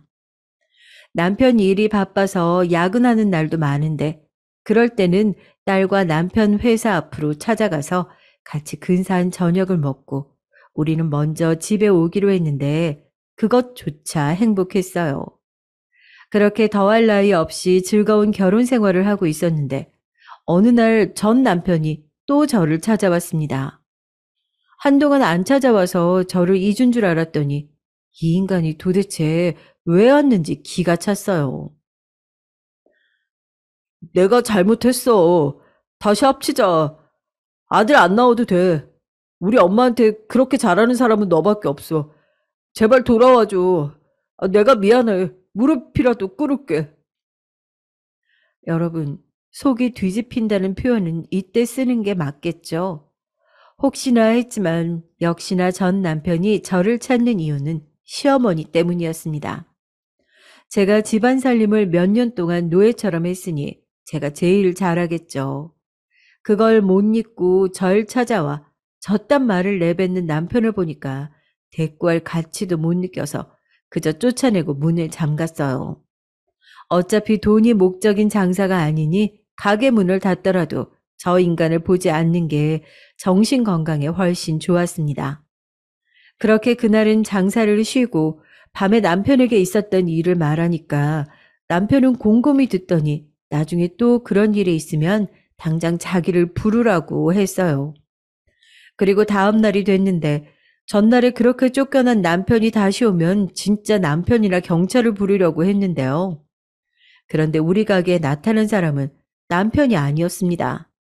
저는 진짜 기절하는 줄 알았는데 바로 제 앞에 나타난 사람은 시어머니와 시누이였어요. 이혼하고 몇 년을 못 봤는데 제가 어떻게 그 얼굴들을 잊었겠어요. 잊고 싶어도 잊을 수가 없는 얼굴들이 가게에 들어오는데 그 장면이 느린 화면처럼 보였습니다. 김밥을 자르다 멍하니 멈춰 보기 싫은 얼굴을 바라보는데 저를 보자 시누이가 특유의 업신여기는 표정을 짓더라고요. 마마보이인 전 남편이 일러서 온 게 틀림없었죠. 가게 크기 봐라. 무슨 화장실보다도 작네. 이러면서 재혼을 왜 거부해? 아니, 그러니까. 엄마, 너무 수준 떨어진다. 괜히 쫓아냈나? 그지처럼 하루 벌어 하루 먹고 사냐? 아유, 그냥 다시 돌아와라. 다 잊고 용서해 줄게. 가게 안에 있던 손님들께 양해를 구하고 내보냈는데 손님들은 다행히 아무 탈 없이 나가 주셨어요.